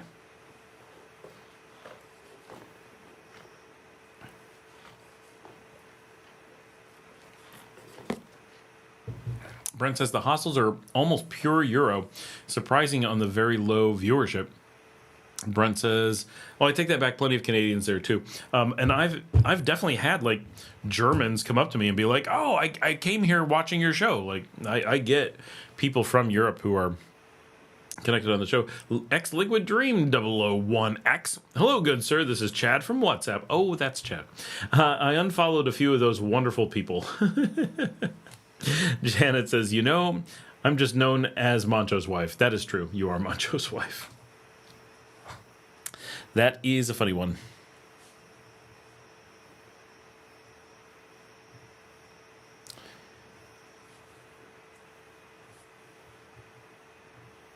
It's got to be weird for Janet being married to someone so famous that no matter where she goes or what she does, like, they're always known everywhere. Tiffany says, I have none about Costa Rica for at least a decade. I have known about Costa Rica for at least a decade. Then in 2015, it was back on my radar when I met someone from Nicaragua. 2015. Why was it? You met someone from Nicaragua and it put Costa Rica on your radar? I was supposed to visit Costa Rica in 2015, actually, and a military standoff happened between Nicaragua and Costa Rica. And Paul, my current roommate, was in Costa Rica. We were trying to go visit him, and he couldn't come see us because of what was going on at the border, and we were advised not to try going over the border at the time. We were going to try to take the Tika bus. We were just going to go down and hang out, and it didn't work out. So we ended up never going until many years later. I forget that we had tried so hard to grab a bus out of Granada to head down there. So it kept Costa Rica off my radar for a long time. I do like going down. Liquid Dream says, how's the weather? Still pretty hot and too dry. I wish it would rain more often. Any new restaurants and fun stuff open up? No, things are just closing. Nothing's opening. I can't think of any new restaurant recently. Obviously, the Simple closed, so that was a pretty big blow because that was one of the busiest restaurants around, and we got a lot of complaints. But just before we closed on our last night, we had 600 people in there at one time, but just didn't make sense. And the place went up for, they decided they had to sell the property that the restaurant was on, and so no way to reasonably keep operating a restaurant knowing that the property is going away.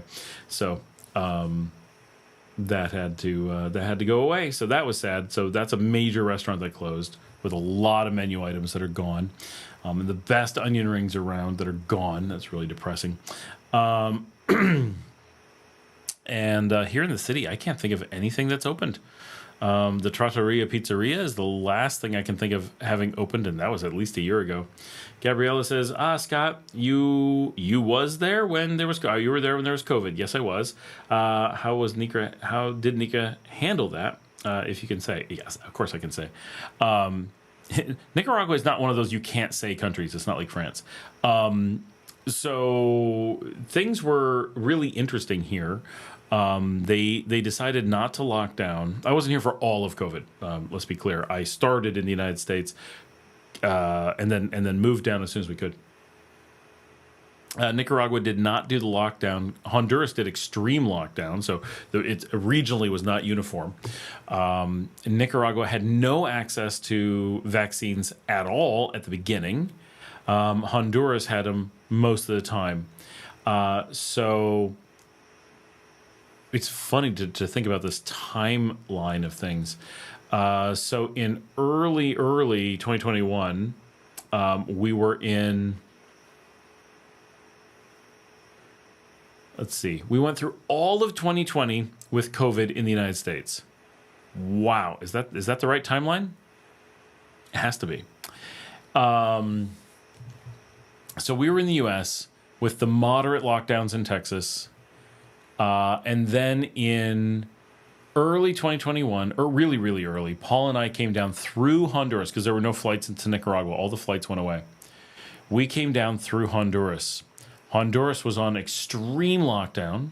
So that was the first we'd ever seen that. We'd heard about that, but we had never witnessed it. Police on the streets, like if you were in a line at a bank, they would come up on the sidewalk, be like, don't be that close on the sidewalk, masks all the time, everything. Nicaragua is very much a personal liberties country. So there was no lockdown, no requirement for masks, but loads of people wore them. You did have to wear them in like a government office, like things like that. And they didn't have vaccines for a long time. Once Honduras was able to get vaccines and got their population vaccinated, they shifted to the border and put doctors on the border so that Nicaraguans just had to swim the river to get vaccines. So during the early part of COVID, Nicaragua was hit outrageously hard. The death rate was unbelievable because there was nothing to stop it. We had the advantage of warm weather, natural distancing, like people just don't hang out that close together. Fresh air everywhere. We had a lot of things that definitely saved outrageous numbers of lives, but we were watching someone die every day. Like every day was like, who died today? Who died today? It was so depressing. And then Honduras secretly got vaccines and put them on the border, and it was just buses and buses going to the border, and Nicaraguans would just ford the Coco River to go into Honduras and get their shots. And then within about 2 weeks of that, Nicaragua managed to secure its first rounds of vaccines for the country, and they went from essentially an unvaccinated country with some of the worst of the pandemic but no lockdowns and no huge impacts to the economy, except that all outside flights ended. So tourism just was gone. There was no way to get here, right? Costa Rica had closed the borders. Everyone had closed the airports. So Nicaragua was just like, we're open for business, but no one can come. It's like having a store that stays open during a blizzard, but the road out front is blocked, so it doesn't matter. That's kind of what it was like. So those of us who are here, it's like we're going about our business, but there's no tourists or anything. We're just here existing. But Nicaragua produces enough food and water and everything for itself, so it didn't need anything. And then the vaccines started rolling out, and very quickly they just went from Managua and went out, and they took vans and buses and just drove to every community and set up clinics. El Salvador and Honduras they put clinics in gas stations. So if you were traveling through the region, you could just pull into a gas station and be like, oh, I need a vaccine. And they would take care of you right there. Even as late as mid-2022, they still had the gas station vaccines. I watched someone get one on our trip to Guatemala with Ivonne in 2022. So if you watch those episodes and think back like, oh, it's hard for me to remember that this trip that feels very connected to the post-COVID world, they were still giving vaccines in the gas stations at that time. And Nicaragua, everyone knew how bad it was because we had witnessed it. Every other country had this mix of like, well, no one ever went without vaccines. And like, it was just this like, there was always a certain level of vaccines. So you could reasonably have people saying, oh, the vaccines aren't working, or someone would not get sick and be like, haha, I didn't get sick because I didn't have the vaccine, right? It made for it very hard for people to understand to interpret what they were seeing. But in Nicaragua, we had no vaccines and the death rate was insane. And people were terrified of not having the vaccine because they knew that everyone was dead. And it was bad. And then because everyone knew, nobody said no to the vaccines. Everybody took off work. They're like, can we get off work? We got to go get vaccines. The first day you could get a vaccine, you got it. Every single person. We went from a essentially 0% vaccinated to the second highest vaccination rate, 100% voluntary in the world, second only to Singapore, 95% vaccinated, and our pandemic ended. Just ended. There was nothing more. We went from the worst to over in 3 months, to the point where we forget that it happened. It was so dramatic. And so you will never get a vaccine denier in Nicaragua, and you will never get a Nicaraguan who can comprehend how anybody could question a vaccine, because the proof was so obvious that here, right, it's one thing to not want vaccines, but to deny them, to be like, they don't really do anything, is no one. It's like saying the Earth is flat, right? Like, you can just go up in a plane and look. Like, clearly you don't think the Earth's flat. I don't think any Nicaraguan would believe if someone said they didn't believe in vaccines. They'd be like, of course you do. Like, I don't know why you would tell me that, because how could you not, right? Like, it's so visible. That's what it was like here, right? Anyone who was here, absolute proof beyond a shadow of a doubt. Absolute. So it was great. Now they know, but they still have the same problem. If another pandemic comes, will they have a supply chain to vaccines? And they'll probably not. They'll probably have the same kind of problem in the future. It's not like, oh, we learned about vaccines. No, they always wanted them. They just didn't have access to them. So it's a different thing, right? So it's very likely with another pandemic, there will be a period of time where they're just like, what do we do? You know, wash your hands, do what you can. But so it was really interesting being here. And then because we had the vaccine, boom, it was over. So we got to hear for another year about the rest of the world having the pandemic. And we're like, it didn't end everywhere else? What the heck is going on? It was absolutely crazy from this perspective that we didn't have to worry about it at all. Like, we had no lockdowns at all. We had no masks at all. We had no businesses closed. We had nobody sick. The hospitals had nobody. It was quite literally over for a full year. While, talking to family back home, it's like, oh, we had another outbreak. There's another wave. The hospitals are full. There's this panic. We're like, holy crap, there's nothing here. Jamie says, what if a few guys planned on going there to meet some ladies for the weekend? What town should they go to? I mean, really, if you're just looking to meet people, anywhere. Those types of questions are tough, because imagine asking it about the United States, right? So if you're going to say, I want to go to the United States, where would I go to meet ladies? Well, anywhere, right? Like the ratio is like the same everywhere, and it's like the same people everywhere. Now I understand that, like, okay, if you go to Miami, people aren't wearing a lot, and if you're going to like Minnesota in winter, you're like, check out the parka on that girl, right? Like, I get that, but it's not like people in Miami are more, let's go meet new people from out of town, more than people in Minnesota are. If anything, it's the opposite, right? So I guess Minnesota would be like the better choice, but then you're stuck in Minnesota. Like, I met this great girl. Where's she from? I don't want to say. So if you're here in Nicaragua, right, where are most of the girls? Well, where are most of the people? Managua. Where do people go out the most? Managua. So going out in Managua would be the most like obvious, like going out to run into people. But then there's an argument but if you went to a smaller city, Chinandega, there's the same ratio of people going out, but the number of people from out of town that are there to be like someone new and interesting is a far lower ratio. Don't get me wrong, Managua's a big place and there's not very many foreigners, so still pretty small ratio. But something like Chinandega still has dance clubs, so like that might be your threshold. Are there bars where you could easily meet people? Are there dance clubs where you could easily meet people? You need a city of a certain size, but not very big, because pretty much everyone has a dance club, and loads of them, right? Chinandega is a small city, but I don't know, 20 probably throughout the city. Maybe not that many, but plenty, right? So you're kind of...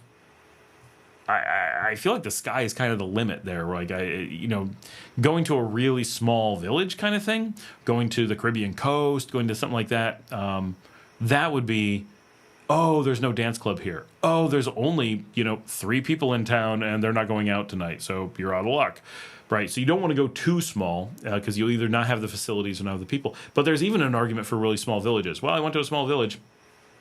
There's only so many people who will ever pass through this village, so we're quite the novelty. Tiffany says, I knew about Costa Rica. No, it was weird. Oh, Liquid Dreams. It's weird how fast the years go by. It seems like it just happened yesterday. I don't know. To me, it feels like so long ago. Maybe because I moved during it. Maybe because it ended so quickly that it's like my old life had it and my new life didn't.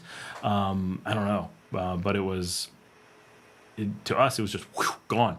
Anna says, I'm packing my bag now, flying to Mexico tomorrow morning, going to spend some time in Chiapas, Mexico City, and Querétaro, flying back to Managua on Wednesday. Quick trip. Oh, cool. Work or fun? That sounds like fun.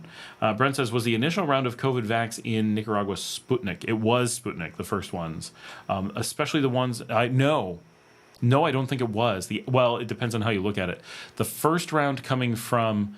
Honduras, which is the first that most everyone got, was Pfizer. And then Nicaragua got Sputnik. And then eventually Nicaragua got Pfizer. And then eventually Nicaragua got another one that's based on Sputnik but isn't made in Russia, and that is still available should anybody need it.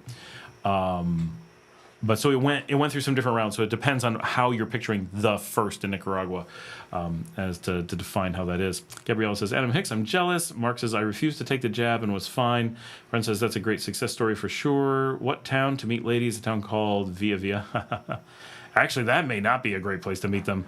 Jamie says, is Managua touristy or does it feel original? It definitely is not touristy.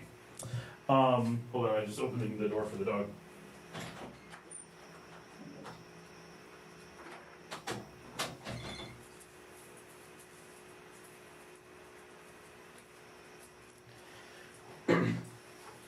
Yes, little puppy. So Managua is not touristy, like, at all. Contrary to weird South African guy wandering around there as if he's really filming what the country's like. Oh, he scared you. The little dog just came in, and the big dog was so fast asleep, she didn't know he came into the room, and he went over onto the bed with her, and he scared her, and she got all growly and aggressive, and he's like, oh, I'm so sorry. What did I do? I'm a good little boy. Oh, he just scared her, that's all. She will snuggle you. Okay. So there's like no tourist attractions. That's not 100% true, but it's basically true. But you do get people coming in from all over Nicaragua and expats like me coming in from around Nicaragua to do things in Managua. But we're not there being tourists. We're there living or using the big city for things. Imagine people who live in Liverpool or Manchester or, you know, whatever, going into London, right? It happens all the time. You come in on the train, come in on the buses, and that's what we're doing here. We come in on the bus, we go into the city, we go shopping, we go to restaurants, we like to hang out, and sometimes we go into party, to go to concerts, to go to raves, whatever. So that's a pretty regular thing. So Managua is full of its own people, plus it quite often gets people from around the country.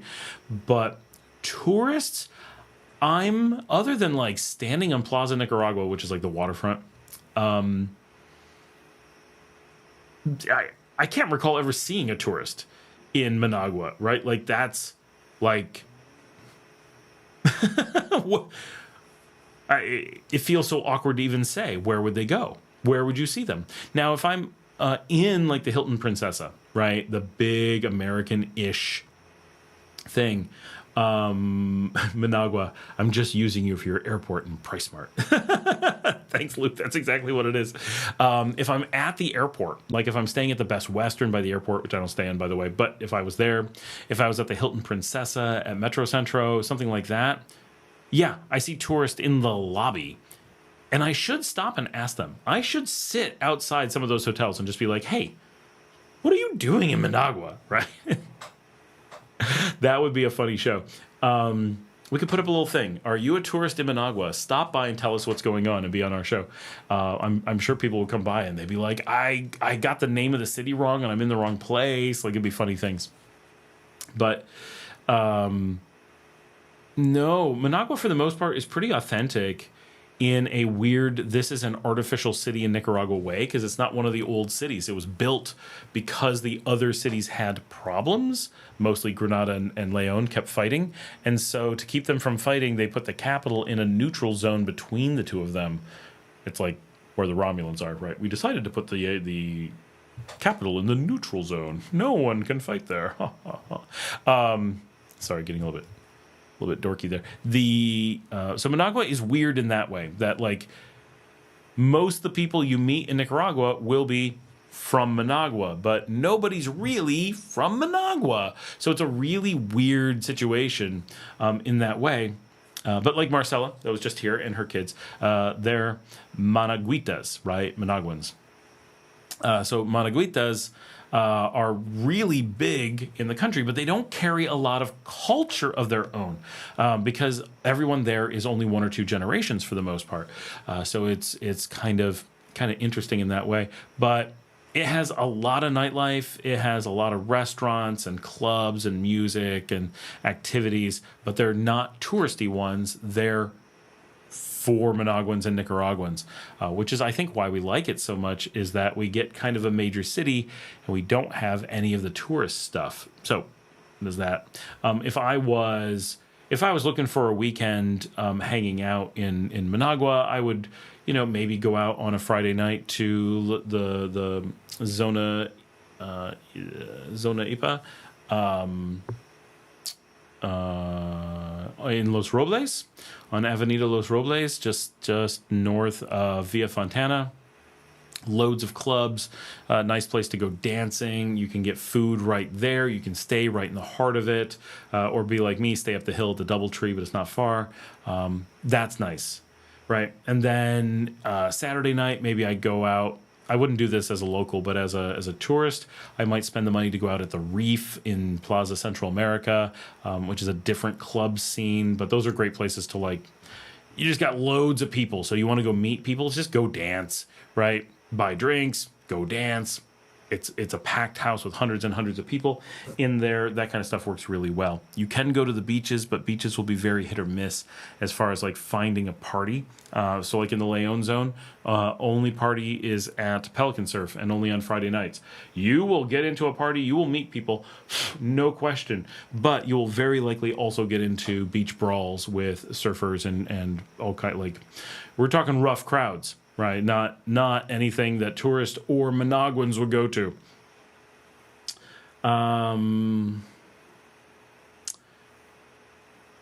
Liquid Dream says, well, airlines are expensive right now. From Indiana to Nicaragua is like $700 one stop to Texas.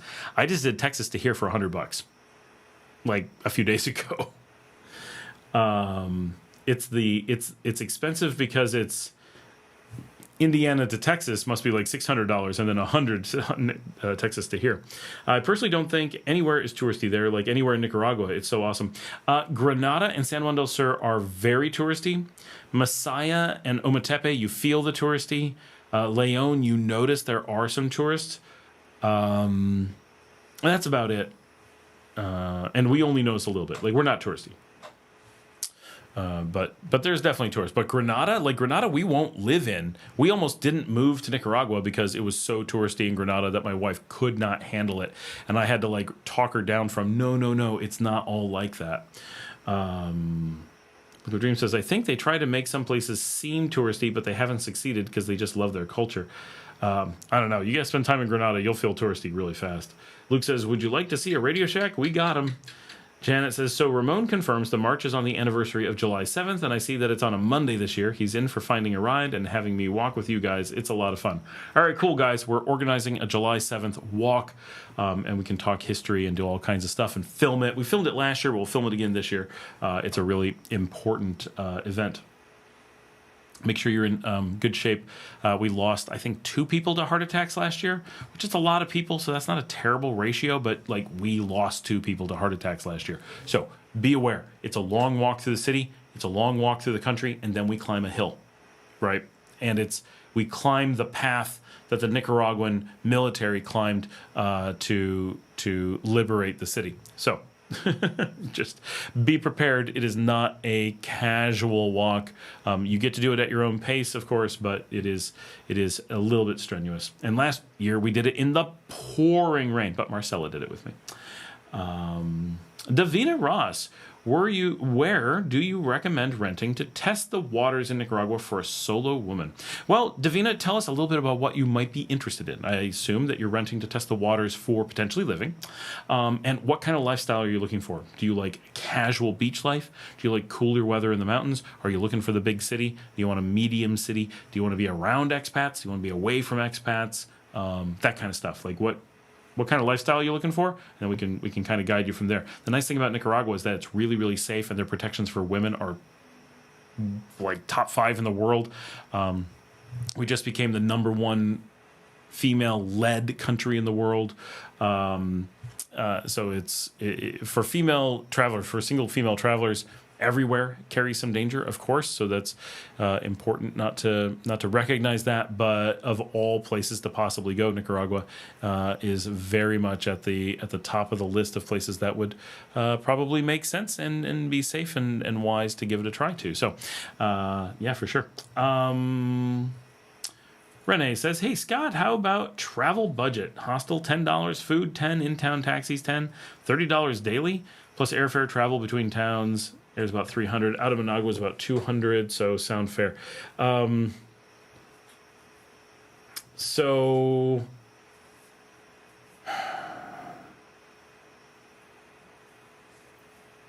travel budgets are very hard. Most of us don't want to stay in a hostel. Not every place is going to have a hostel for $10. Not everyone wants to eat for $10, right? If it's how cheaply can you exist in the country, yeah, you can almost certainly find a hostel for $10 most places that you would typically go. Food, $10 is very lean, but if you're just eating street food or cooking for yourself with stuff, certainly people do it on $10. In-town taxis, $10, that actually generally feels high in most cases, but it's going to depend so much what you want to do. I mean, I'm certainly spending, when I go into Managua, never spending less than $30 on a hotel. I mean, okay, I stay by the airport, that's 28, but it's close, right? So $30 on my hotel, easily spending $40-50 on food, but I'm in Managua to eat, right? And I'm not holding back. I'm going to Mugs for coffee. I'm going to Barrio Cafe for breakfast and all that stuff, right? Like I'm doing it. So certainly you can do a lot to keep it cheaper. But it's easy to spend the money too. But taxis in a lot of the towns you can get quite a bit cheaper than that. $10, but I mean $10 that's a fair amount of driving you around during the day. But you can also take the buses. So if you're in that hostel and food type budget like that, I would probably try to lean towards take the buses, try to get that down closer to $5 and spend the extra $5 on food, or maybe $4 on food and another $1 on hostel upgrades or something. But you could probably do that. Travel in between towns is generally between $3 and $5 to go between most of the towns. Airfare depends totally on where you're going. I did $350 round trip this past week to Texas. So Janet says, what should we figure out is a ride? What we should figure out is a ride back at the end of the March. It's one way and leaving is a very long trip. Yeah, maybe Social will pick us up again and throw us in a truck like last year. Lindana says, how is Ms. Janet's husband famous? Is he a Nicaragua singer? He is friends of Nicaraguan singers for sure. He is a really famous freedom fighter from the war.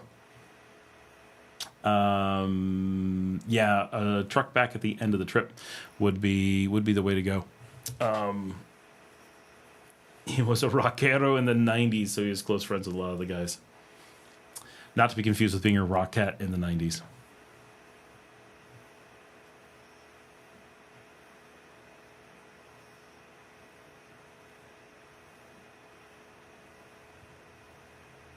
I'm just checking all the videos to see what's out there right now. And it looks like nothing.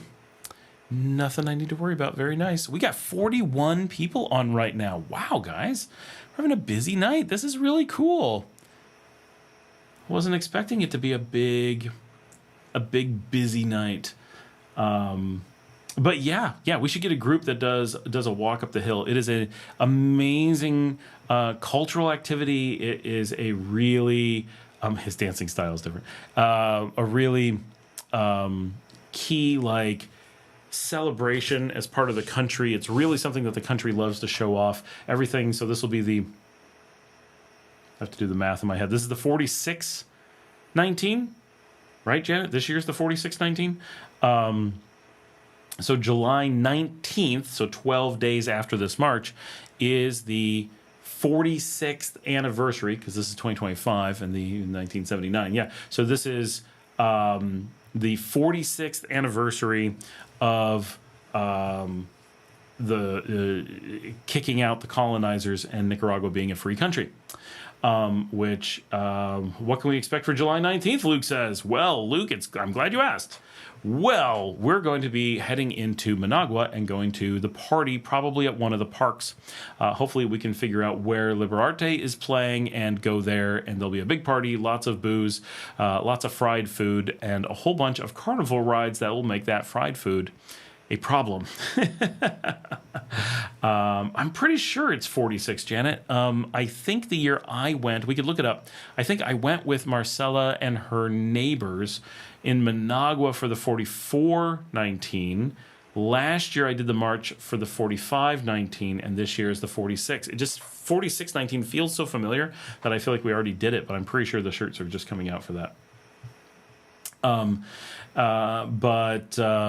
Yeah, Luke, we should take a group into Managua and film and stuff. It's a wild party. There's like lots of live music. They sell it's like any big party in Nicaragua. There's always beer and rum and chicken. Oh, I lost my. What did it do? It did just move down, didn't it? Did I lose my mind? Did it?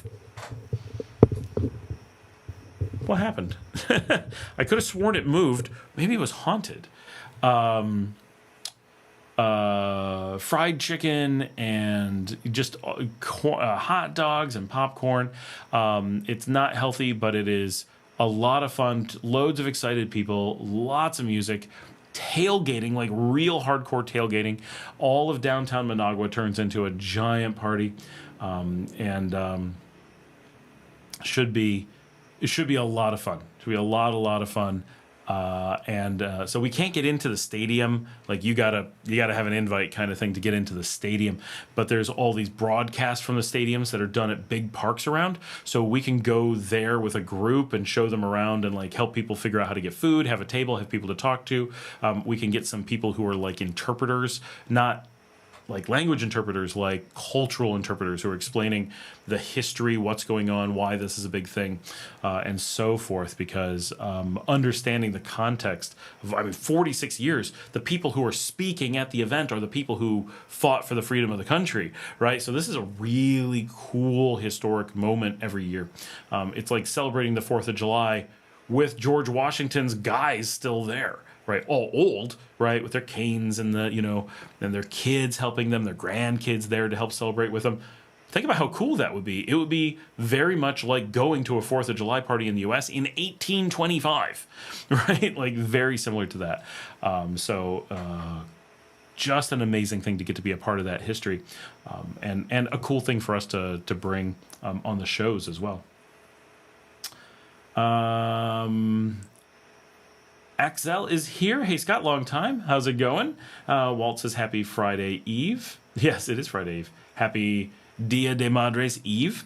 Jan says, I can't keep track of all the numbers. Leo is here. Hey, Scott, you had mentioned that a restaurant that you like just closed. You commented before about how many restaurants opening then close. I'm puzzled. Any insight on why that's the case?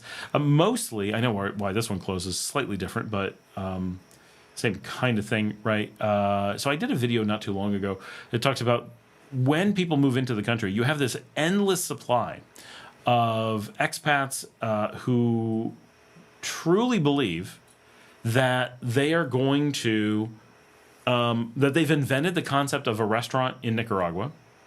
They think that they are going, and I mean, this is really what goes through people's heads. I'm not joking. They think that the idea of, and they know that there's restaurants, right? But something about the style of food or what they're going to do is a very generic thing. And they're like, I just invented the margarita bar. I just invented fried chicken in Nicaragua. No one's ever thought of fried pizza. They're going to love it. I'm going to introduce pizza to Nicaragua. And so they have this bizarre thought that Nicaraguans are not familiar with normal food, and this bizarre thought that they're not familiar with restaurants, and this unbelievably bizarre thought, there's a spider coming down, that every single other tourist hasn't come up with the exact same thought, because they all think the same thing. And they all get excited because they're on vacation. They're in this place that's not all rat racy like they're used to back home, and they get this moment of passion. And they're like, I'm going to do this thing. And somehow in this, overwhelming, hormonal driven passion for the country and being a tourist, they forget that back, let's just say in the United States, people struggle to get businesses to make money. And they're doing so because it's practical to have a business, and everyone is stuck there. And when they come to a place like Nicaragua, no one's stuck, and everybody is in this. I just want a job here. So it's kind of like Austin, Texas, right? If you want to work in IT in Dallas or Houston, Texas, you might have a salary of, let's just say $100,000 a year. And if you go to Austin, that same job is $35,000 a year. Why? Because people who make $100,000 in Dallas are willing to take $35,000 just to be able to live in Austin, because people love Austin so much, or they think they do. And so the salaries in Austin are itty bitty, and no one's making any money. And it sucks for them to live there and they can be like, I need more money. I didn't think about how expensive it would be to live. And the companies will just be like, well, you're fired, because I have 1,000 applicants who are all willing to work for $35,000 or less. Some of them will work for free. They just need something to put on their resume, and their parents will pay for them to live. And this is where they want to be, right? Once you get people willing to volunteer, basically, to work, you're screwed as far as a real viable market. And Nicaragua has a truly endless supply of foreigners who move in, decide it's paradise, which it is, decide that somehow they're inventing this stuff because they're all excited and they're going to put in their life savings into something that has no business plan. And so they spin up a restaurant, and then at some point they run out of money or realize they're going to run out of money and they close. But another person comes on right behind them to do the same thing again. None of them stop and think. And sure, there's someone who comes in and goes, whoa, I can't have thought of this stuff. Everyone must have thought of this. Why did all these other people not be successful at this? Right? If restaurants were a good idea, there'd be 1,000 restaurants tomorrow. But there's not. Why? Because people have thought it through. They have done the analysis. It does not make sense in that way. So, even if 9 out of 10 people are smart and go, never going to do that, every 10th person is enough to buy every available restaurant as soon as it closes, and they will come forever. So there will never stop being this continuous turnover of businesses that never had any hope in the first place, because there's never going to be an end to crazy foreigners who think just because there's a beach that no one who lives there has ever thought of business before. It's a very strange thought process. Let's see. Walt says, Scott, I'd be kind of cool to see you in the East Coast Bluefield area, explore the languages and culture. So now that I finally have a car and my driver's license, my plan is to go out there. I need to find someone that's going to go out there with me and hang out and do that stuff, because I'm not driving all that way by myself. That would be pretty extreme, but just checking my messages while I'm talking. But I do want to go out there because there's stuff that I haven't seen yet. I definitely want to explore it. It would definitely be cool. Although I do work in Belize, which is super similar. So there's a lot of like, to you guys, it's like, this is going to be this huge discovery. And certainly I want to go see my own country. But there's also a lot of like, I work in Belize, and the people in Belize are like, oh yeah, my second home's in Bluefield. I can't tell the two apart. Like, what you're seeing here is what you get. It's, so that takes a lot of the excitement out of the process. Like, oh yeah, it's not gonna be this big discovery of amazing things. But like Bryce was out there not too long ago and was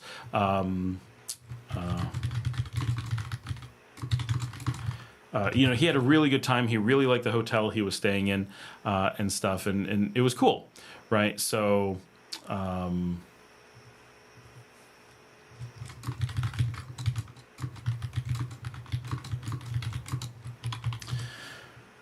I think that there will be cool content out there to share, and a lot of areas to explore. I want to go out to Bilwi. I want to go out to Bluefields. I want to go Laguna de Perla. There's some of the stuff in the middle that I want to see. So it's...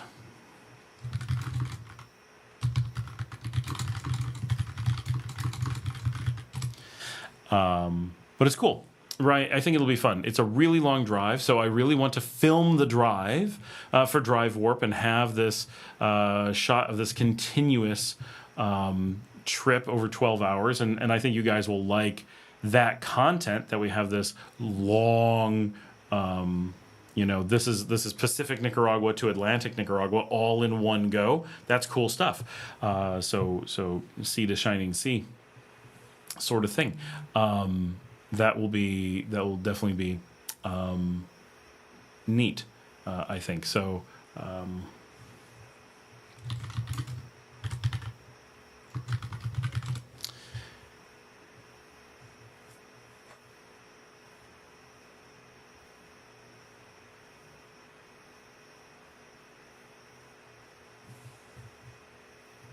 on, just explaining things.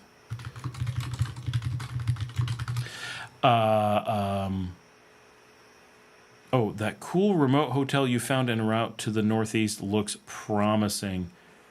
Which one was that, Luke? Oh, in Jinotega? Was that one from a while ago? Sorry, I got slightly distracted as I talk to people. But yeah, I definitely want to go out there. And the drive, like, there's just a lot that'll be good. Living history walking around you. Oh, since the revolution was in 1979, right? Living history is walking around you.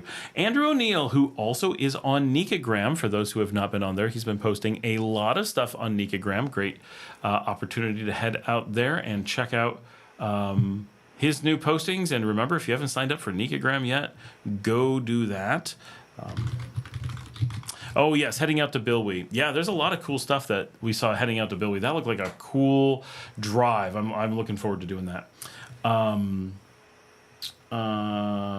Andrew says, any idea how possible it might be to be an expat in Nicaragua and have your child play Little League? So first of all, there is no Little League. Like, that's not a thing, I don't think.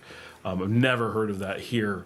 But baseball's everywhere, right? Everywhere. So I imagine it's going to be pretty simple to get in, but amazingly competitive because this is a baseball country. The person to ask is Jim. If he happens to be on, I guarantee he will have connections to the right answers. But like everything here, expect that being an expat is like never a factor. It's just, how do you find it? Is it something you want to do? How does it work? That kind of stuff. But expat, like the number of things that being an expat limits you from is so few that like I can't think of them. Right. Junior Weir is here. What's happening in Leon? Not much. Quiet Thursday night, getting ready for Mother's Day tomorrow. Tiffany says, did you break the bad news to Canacast 4204? What was the bad news? Craig says, Corn Islands, go. Tiffany says, love the videos of Corn Island. Corn Islands look really nice. And Ivonne, who we have the GoFundMe for her slip disc, she was working in Corn Islands last year and really enjoyed her time on Little Corn Island. She was talking about that a lot. Luke says, that cool remote hotel you found en route to the northeast. Oh, I already read that. Renee says, is the Bluefield population Nicaragua Spanish? It is not. It is Mosquito and Jamaican. I mean, some, Nicaragua have moved out there, of course, but no, it's very much a Caribbean population. Tiffany says, I want one day to go to Bluefield so I can try to track down my Caribbean roots. Tiffany, do you have Caribbean roots from Nicaragua? Or just tracking down connections from the other side? Walt says, something to see in Bluefields is Palo de Mayo Festival, which happens in May, of course, which we probably missed, being that it's the end of May. It'll be May 30th pretty soon. That should be cool. Yeah, they got some cool festivals out there. It's a completely different culture. There's some different language. Like, there's a lot that would be cool to go see. Some neat architecture. I hear that it's like super hospitable out there and very welcoming, but like the coast isn't very exciting. But there's a lot of like nice beach and chill spots. And like when Bryce was there, like some of those hotels looked really nice that he was staying in. Everything was very cheap. So definitely, interested in doing the whole thing. I'm going to bring up a map while we're doing this and look at Bluefields. So it's a very small town. That's something that I think people miss a lot, is that it's not a city, right? We're talking about a village that is in a kind of bay. It is the Bay of Bluefields. So that's kind of neat, right? And there's got to be some neat views, and there's the bluff, which is like this island that I definitely want to check out. And I know nothing about, like literally nothing about Bluff Island. So that should be really cool. And it's a ferry. So really interesting content to go out there. I don't have the first clue how many people live out there, but I'm going to guess like a couple hundred, maybe. See if I can find anything. Okay, that's like a cool looking park in the middle of this little thing. I probably should not have opened a map directly behind my microphone. That makes no sense. It's the best way to do this. All right, I'm just gonna pop it over here for now. Oh, excuse me, sorry.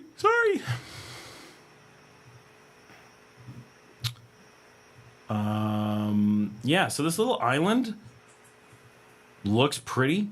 And anything you have to go to on a ferry, that's going to be cool. It's got the Sapri bar, but there's no pictures of that. Like, there's barely any pictures of anything out there. Everything is tiny. But, a little Caribbean island thing really close to the city. Yeah, should be fun. So let's look in Bluefields proper, though, which is, it's all such a tiny place. There is a hotel school out there, which is interesting. There's a hostel. It's really hard to find like hotels out there. There's a hotel Tip Top. Is that its actual name? No, it's a Tip Top restaurant. They're just showing things in stupid ways. There's one hotel. It's called the Nicaraguan Typical House Downtown. And the price per night is $593. That's like, so yeah, that's $15. All right. And according to Google, that is the only hotel that shows up when you say, show me hotels. That cannot be the case. There's definitely more stuff. That is not where Bryce stayed. Yeah, here I can see the Mini Hotel and Cafetine, Hotel and Restaurant South Atlantic, Oasis Hotel and Casino. All right, no, could be okay. I'm gonna check the pic. Oh no, that's a nice room and a casino. It actually has a casino. All right, no, this looks fine. Okay, cool. I'm gonna share this.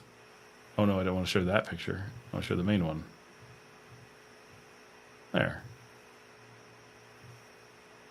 All right, team. We've got a hotel in Bluefields for you to check out. Definitely a interesting experience.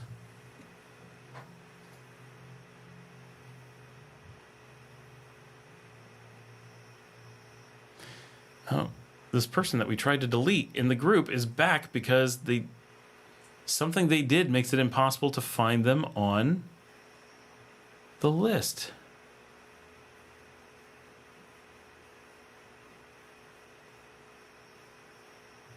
Oh, that's a problem.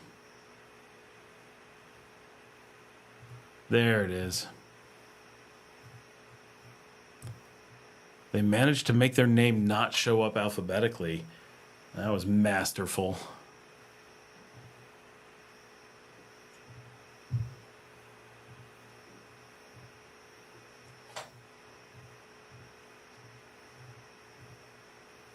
All right.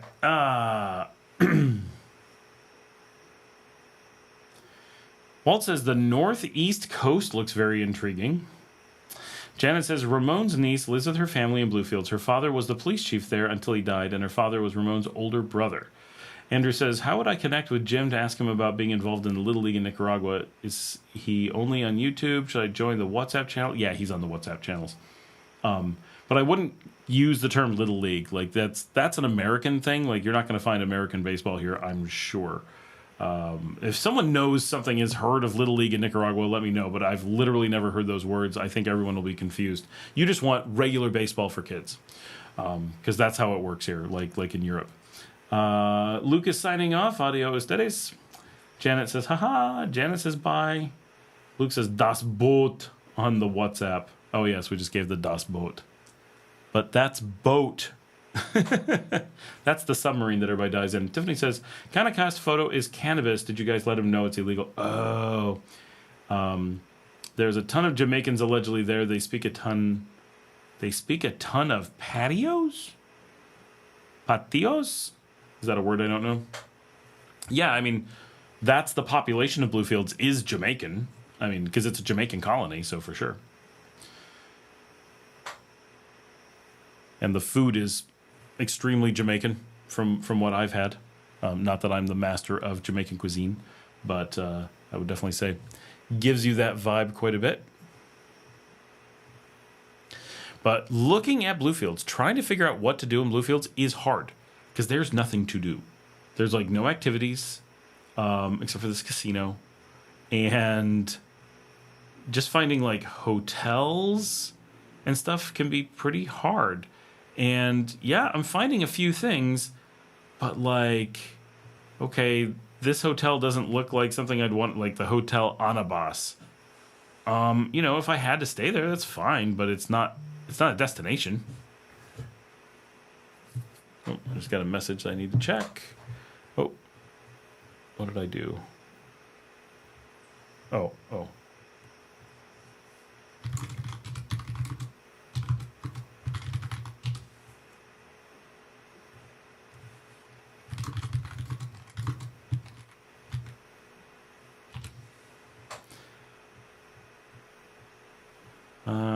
The Commodore restaurant, The View.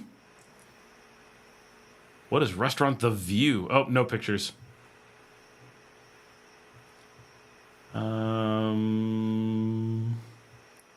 Yeah, just finding hotels. There's so few. Let's go look at the mini hotel. Oh. Okay, guys. Here's one of the only other hotels I've been able to find. Oh my gosh. Okay. Patois, but not spelled that way. Oh, okay. Oh, patois.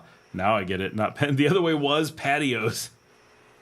Larry's here. Lived there 1 year in 2014. Nice people. Bay is dirty. Bluff water is dirty as well. Spend your time and money for Corn Islands. Many people in Bluefields are descendants from Jamaica. PD Kid is here, but deleted whatever exciting thing they said. Tiffany says Yamaya Reefs Hotel in Little Corn Island is the one all these YouTubers show. It looks amazing. Oh yeah, we all know that one. That's the YouTuber Instagram hotel. But that's Corn Islands. They got nothing on the mini hotel of. Oh, it looks like the view from there is nice. No, that's the thing. I don't know if that's the view from there. They're just taking pictures around town. There's a Tropigas. Boy, the traffic looks bad. Well, that food looks interesting. Okay, that's a omelet breakfast. Like, I mean, obviously we have omelets, but like, looks like that's what they're going for instead of the Nika traditional. Okay. The mini hotel is goofy, but could work. Oh, I don't like the cheese they do for breakfast. I'm not sure about the French fries in the shrimp sauce. But I'll give it potential. They do put a swan on the bed, so they got something going for them. All right, we're going to try the hotel and restaurant South Atlantic. Nicaragua's not exactly the South Atlantic. It's still the North Atlantic, for those who are confused. Oh, there are no pictures except for the Tonya side out front. Well, that's no good. Ooh, the Hotel Casa Royale. Let's go check it out. It's got a 4.4 with 314 ratings. This has got potential. This looks like it's got views from its balconies. Okay, the beds look nice. Okay, we're giving it that. We're going to send these. Oh, it's got pool. All right, here we go.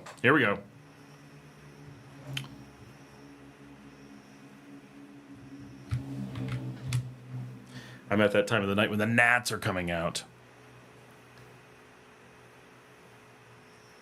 So, Tiffany says, haha, spell check. Andrew says, awesome, thank you so much, Scott. I'm wondering why Nicaraguan is so significant.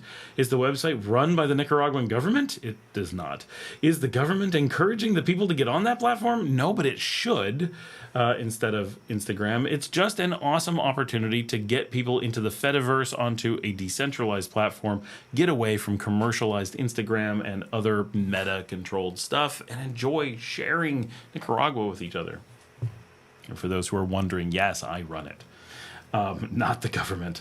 Tiffany says, come, we have swans. Walt says, recommend the rondon. Yeah, honestly, I did a show on rondon and we ate it, and there's bits of it I like. Overall, not my food. It's not my thing. I can see why people like it, but rondon is something I could I could do without. Did I share the hotel? Did I send the link? I did. And they've got double swans on the bed and rooms with double beds with double swans on each. So that's quad swan rooms. That's quad swan rooms at the Casa Royale. And I think Tiffany will agree with me that you can't beat that. Like, that's going to go well. It's got a nice looking pool, nice little seating area. I see an attractive pergola. There's some of their shots from outside that we have to temper this. This is not a fancy place, but it looks way fancier than we've seen other places. It's got places to lay out by the pool. Has a little conference room. I don't know who uses that, but probably churches. That's normally what it is. Looks like they got a view of the harbor.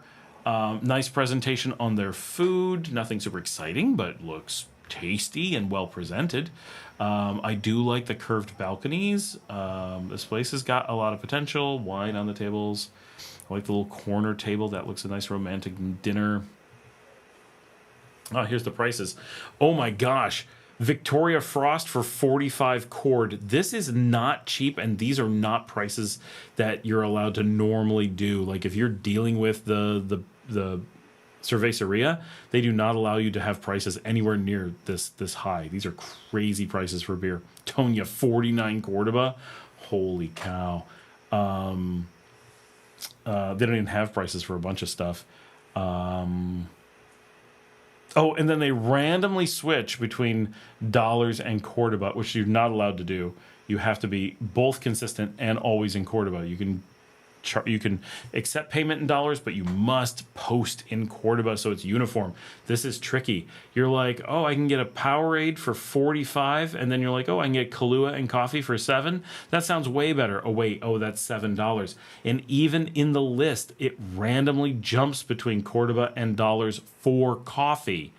As you're going, the first coffee item is in Cordoba, the second one is in dollars, and it really throws you off because one's 69 and the next is 7. So it kind of makes you think it's 70, not 7, but it's actually $7. So this place is primo. This is what we call Managua Premium for sure, but it looks really nice. So I'll give them that. That might be where I stay. I am interested to see what their cost on the rooms are. They do not accept American Express, only Visa and MasterCard. Wow.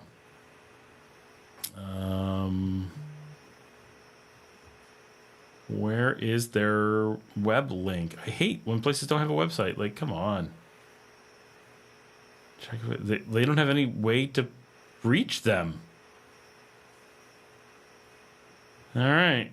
Oh, they do have an Instagram, though. I'm going to check that out.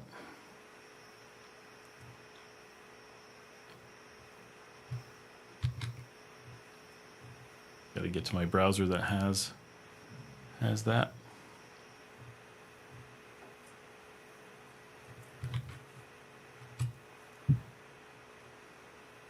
There we go. All right, I'm going to follow them. They only have 875 followers on Instagram. See, they'd have more if they were on Nicaraguan.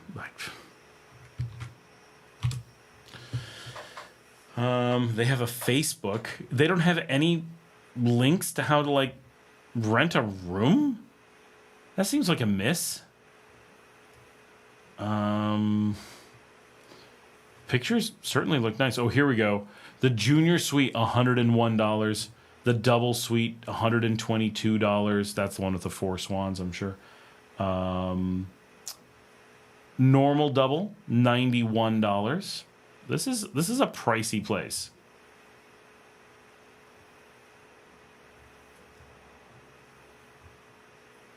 But if you're a tourist and you end up in Bluefields, there's a good chance you're going to be like, what have I done? And you're going to want a nice, comfortable place to go to. Romantic dinner, $50. But includes your appetizer, your main plate, a dessert, and half a bottle of wine. But $50 for dinner is pretty significant in Nicaragua. That is far from nothing. And the picture that they show next to it is just wings and fries, and it is tiny. So the place looks nice, but I'm not completely sold that it's the place to be.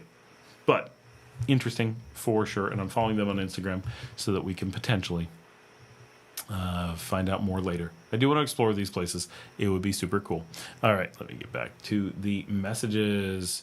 I am a drunk guy. What's up, guys? All good, I hope. I am a drunk guy is another major participant on Nicaraguan, so shout out to him for posting on Nicaraguan and getting that stuff going on. Tiffany loves drunk guy's name. Larry is here. Jamaican food. They have rondon patties and cocoa bread. Definitely like cocoa bread.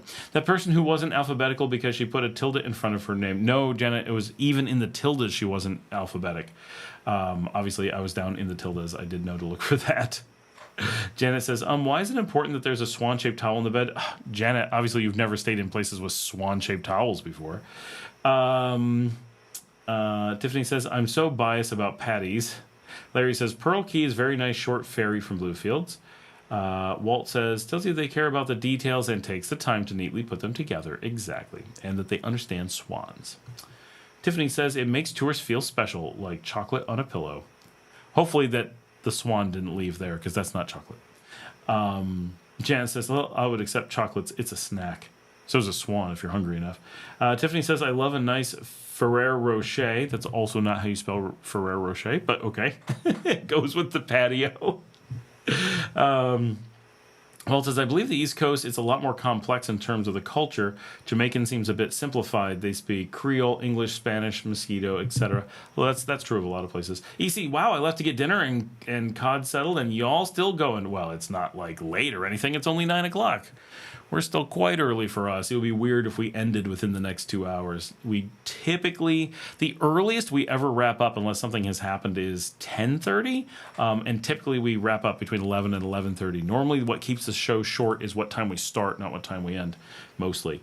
Once in a while we go after midnight, but it's pretty rare. I'm a drunk guy. We went to the Hotel Victoriano in San Juan del Sur. Oh, in San Juan del Sur. New Year's 2024 was great, not expensive, and great views. I did dinner there one time. It was okay. But since that's a swan made out of a towel, it's not very edible. Well, it depends what kind of towel you have. Oh, we've dropped to 24 people. Ooh, we really took a dive because we started looking at hotels or something. What made everybody leave? Wow. I went to Los Ranchos Steakhouse in Managua with 5. With 5? 5 swans? It was something secretly 5. He had to delete that. Walt says, love taking the swans apart and finding them back together and then finding them back up in the morning. Larry says, everything comes on barges to Bluefields. Then the highway didn't... Oh, when the highway didn't exist then. Yeah. Yeah, Bluefields not that long ago was completely isolated. It was kind of crazy. Oh, I didn't finish my drink yet. I got my batido. I totally forgot. Yummy.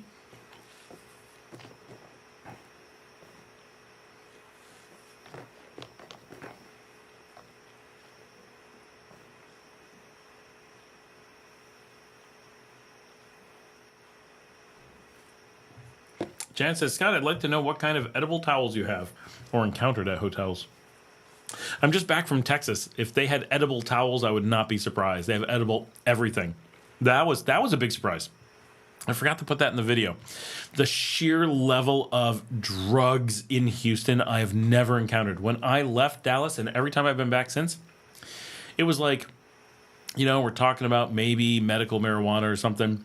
All of a sudden, the gas stations are mushrooms and whippets and all kinds of marijuana and everything you've ever seen. Like, absolutely crazy. PD Kid says, will you sell Nicaraguan to the elites of the country? I am the elite of the country. What are you talking about? Houston had so many drugs. I've never seen anything like it. Ever. Like, so many different types of everything in a gas station. Like, it was nuts. Nobody needs that many different types of drugs. And it's so commercialized and weird. Like, it's not like, we have some of this or that and we made some into brownies. No, this is like, we have 8,000 different flavor combinations for these gummies and then 20 different active ingredients that you can choose from. Like, what? Jen says, yeah, PD Kid Scott is the elite of the country. No worries there. That's right.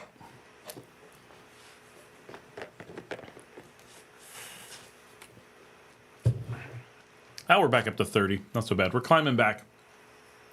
Clawing our way back to the big numbers.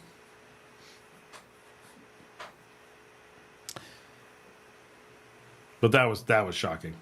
Yeah, I forget because we left the U.S. so soon after everything had become legal, or start decriminalized and starting to happen, that I forget that the U.S. is so drug focused in general. Like, we know from the news and everything, like, it's like, holy cow, the US is just obsessed. But actually being there, and I've been back for years, and I've never really been hit by it. This was shocking. Like, nothing like this have I ever experienced.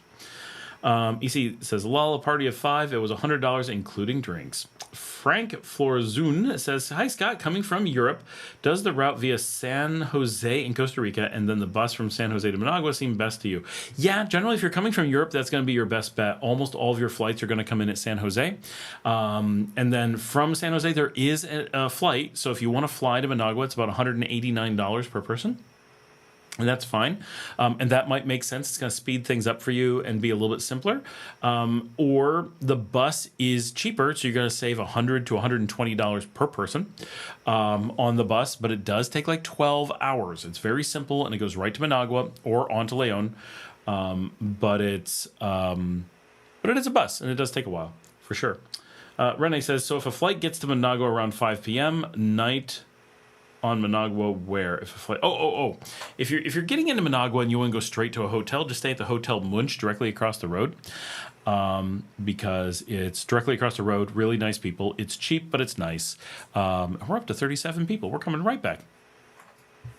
So I like that hotel. But Managua's a tiny city, so if you're coming in at 5 p.m., you can go anywhere. You've got time to go out on the town. It takes maximum 30 minutes to get into a hotel anywhere in the city at 5 p.m. unless it's like bad traffic or something, a little bit longer. But just land at the airport, do the VIP lounge, walk out, use InDrive, call a cab, and have a hotel picked out anywhere in the city. And you've got every range of hotel that you might like. If you are a member of something, you've got the Intercontinentals with the actual Intercontinental plus the Holiday Inns. There's a couple of them. There is what I use, the Hiltons. There's the Princessa and the Doubletree. Then there is a couple Hyatts. I think there's at least one at the Gallerias. I think there's 2 Hyatts. I think there's one by Metro Centro, if I'm picturing it correctly. And then you've got loads of local places, which is kind of the thing. Plus, you've got the hostels. You got all parts of the city. You can stay in Via Fontana. You can stay at Metro Centro. You can stay at the Gallerias. You can stay on the edge of the city that you want to travel to, or getting in at 5. You're probably too late to reliably be able to get on an intercity interlocal and get out of Managua, so you probably want to stay, but it's going to give you plenty of time. So, I like the Doubletree. It's in Via Fontana, which is nice. So I would be tempted to just take a cab to the Doubletree in Via Fontana, and drop off all my stuff, freshen up, and then by 7:30 you can head out, and a lot of the nice restaurants are going to be nearby. You can have them call you a cab from there, but I would just use InDrive again and head to chat disconnected. What's going on? It's back. Okay. Everything disconnected there for a minute. That's weird. And then head out to a nice restaurant somewhere in the area. You could just go to the Gallerias, where there's lots of restaurants. You can just walk around and be like, oh, do you feel like Spanish or Italian or Cajun or Chinese? They're all just right there. Or Nicaragua steak or pizza or kind of a Chili's sort of thing. Like, it's all in one spot. You could do that. You could go to one of the food courts. You'd be really close to the Gastro Park Jean-Paul Genis. That's always a safe bet. You've got the El Canasto Food Park at the Holiday Inn just across the street. Loads of options. Or you can go to the Barrio Cafe that I really like. You could go to Pane e Vino, which is always a good Italian option. You are in great shape, right? Just loads and loads of everything in one spot. EC, I have no idea what the status is at La Boquita. No one has sent me pictures or anything, and I'm not driving down there because I only got my car back today. So whatever new is going on, I haven't seen. Janet says, that was weird. The sound was good, and I was just listening, and the sound was good the whole time. What does that mean? So, and then you have a nice time. You can go out and just casually be in Managua, or you could look up some of the fancier restaurants. There's a nice kind of pizza-ish place up the hill from the Doubletree. Very in the neighborhood, but like upscale in the neighborhood. So 0 tourist, but upscale Managuans doing dinner out on the patio in a little plaza. Like that's cool. That's cool. You could go to the Amazonia Resto Bar. You could go to Boca Chica. You could have dinner in the hotel. You could use Pedidos Ya if you have a 505 number and have them deliver in from just about anywhere. There is just a couple blocks away, a little bit of a drive. You'd take a taxi, but very close. In Altos de Santo Domingo, you've got all the really fancy Italian. You got the French restaurants. You've got Brutal, all that kind of stuff. You've got a lot of options in that region for a nice, relaxing first evening in Nicaragua. Oh, the chat disconnecting part.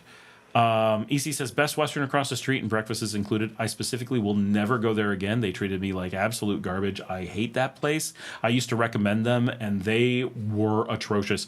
I had to threaten calling the police. That's how bad that place was.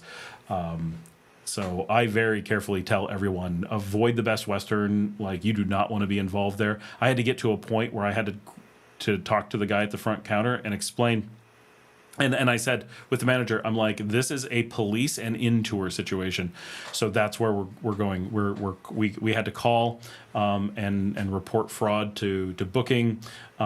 We had to we had to know what authorities to call.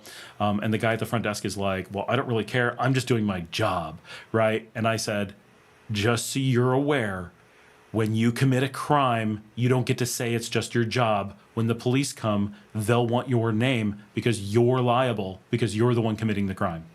And the guy was like, yeah.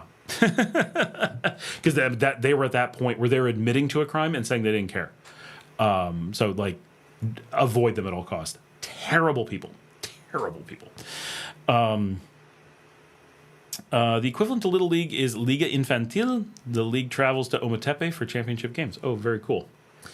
Yep. Now, in their defense, once we threatened police and in-tour, they were eventually willing to give us our money back. But we had to...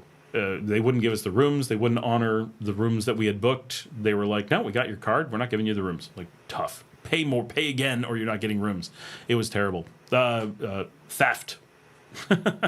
We booked rooms, paid for rooms, and when we showed up, they demanded more money for the rooms, like more than the rooms are worth. Not like it was off by $5. And they actually had a whole thing set up. They have a way that they put the stuff into Booking so that when you actually get the room, they don't put it into Booking the way you're supposed to.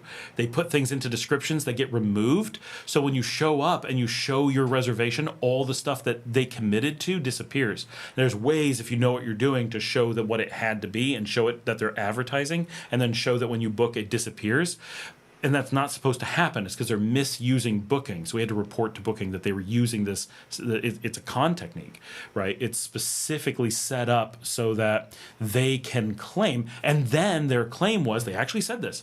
They said they don't have to honor any bookings that are made online because the hotel doesn't own it. So just because they used it to advertise and signed a contract that they would do this and they take money, they claimed that they didn't have any responsibility to honor the things that they advertised. They didn't claim that they didn't advertise it, right? We've had that happen where hotels have been scammed themselves and there were online ads. And like Expedia did this, right? Expedia sold all the rooms on the beach, and then people would show up to the beach, and they'd be like, "I have this reservation," and the hotels would be like, "We're not on Expedia." Expedia made up the thing, and it was fake accounts. So in those cases, it was Expedia who was at fault. But with this, with the Best Western, they had the reservation. They had a contract with Booking. They had an agreement where they are required to honor it. They used Booking as their agent. So Booking is their legal representative of their hotel rooms. And when you showed up, they lied about Booking and said they had no obligation to honor your price or the room that you had booked. And one of the things that they do is they call it like a triple room and say 3 people, and then they have that part removed when it shows the reservation. And so then they go, well, no, even though you paid for 3 people, you have to pay again for those 3 people, hundreds of dollars. And you're like, what the hell? So they were trying to overcharge us by something like $400, and we got rooms with breakfast right around the corner for $25. So yeah, I'm really adamant about stay at the Munch or at the Airport X and the Airport Inn. Like, yeah, they're not quite as fancy, and I really did like the rooms at La Merced, Best Western La Merced, but I will never do business with a Best Western again, like ever. This is Best Western burned, getting my money ever. Like, that was so heinous, so hateful, and so intentional. Like, that was, once we figured it out that they had an entire system set up to run this. This was not an accident. This is not a one-time thing. Once we looked and compared other booking things, we're like, oh my gosh, they figured out how to do this so that a normal person wouldn't be able to figure out where their information went. We stay in hotels all the time. We do this stuff all the time. And we have that highest tier with booking. So we're able to call booking and be like, hey, there's something going on. And they go, wow, you've stayed 1,000 times in 25 different countries. We definitely trust you. A normal person using booking would be just screwed, right? Obviously, you can call your credit card company and claim fraud, which we did. We filed fraud with several entities. But like, that's what we had to do, right, at the end of the day.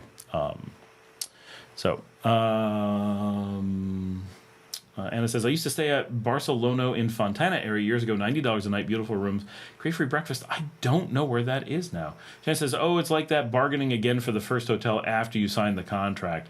Exactly. Like, and it's not after we signed, it's after we paid. We already paid for the rooms. And they're like, yeah, pay again, or we're just not going to give you the rooms. What are you going to do? That was their thing. And they're like, everyone else is full, haha, but they weren't. We were able to find a room. And we were standing right in front of them going, okay, we're getting the room, and now we're calling the police, and they're like, we'll refund your money. Like, they really thought we were tourists who didn't know what we could do. Once they heard me tell someone that we're reporting to InTour, and like we had names we were calling, and then my wife is like, do you understand that we own hotels in this country and we do know what is illegal and not illegal? And this is fraud. This is tax fraud. This is like InTour fraud. Like, this is really going to go badly because a lot DHE is going to hear about this. And they were like, oh, you know, all the government agencies, like this is going to go badly. But they all thought, right, but I'm just an employee. You can't come after me. Yeah, I'm stealing from you, but it's not like I'm taking cash and putting it in my pocket, right? So I'm immune. And I'm like, no, committing a crime. Just because you're at work and committing a crime does not change the fact that you're stealing. And doing so, especially at La Merced across from the airport, that's easy to make a play that these are people trying to make the country look bad, right? Like, and somebody definitely wasn't concerned that this would reflect poorly on the country, that the main airport hotel point of entry was running this kind of scheme. He says, I'm going to find a new hotel. Geez. Yeah, seriously, the Hotel Munch, here, I'll write it, I'm so impressed with these guys. And I found them after a couple, they're right behind La Merced, like directly behind it. And it says, we didn't know any better. Oh, Barcelo. That sounds familiar, but I can't picture where it is. Jan says, about Best Western, do you think this practice is one of those reasons they disappeared from Leon? Oh, I have no idea. This feels like a new thing because I'd been using them for years and never had this problem, but I never quite booked in quite the way that I did. It has to be that you go through a system where they're able to do this and a bunch of stuff. Renee says, concerns about pickpockets and such. Be careful in Managua, but once out is safer. Honestly, I don't even worry about it in Managua. Like, I don't know where you go in Managua that you're actually, like, if you're walking through the barrio and you're in really rough neighborhoods, it could do that kind of stuff. Guys, I'm starting to have really severe stomach pains, and I'm afraid I'm going to have to cut it short. I don't know if it's because I had the fruit juice, but I have this all the time. It doesn't bother me. Something is making my stomach really hurt. And Tafari, Marcela's son, just went home, and he's really sick. So I'm worried that I've caught something, or he got something from me. I don't know. But I'm actually... That was a dog saying he wanted out. I'll be right there, little dog. So even though we've got a lot of people on and we're doing really well, I'm really sorry, but I'm going to have to cut it short. Thank you so much, everyone. There's so many people on. And I was just saying this was way too early for us to end. But I'm going to have to call it a night But this was a really good group. Thanks, everyone, for being on. This has been fantastic. 30 people on, and we're ending it. But got to be done because I'm in a lot of pain and need to go. So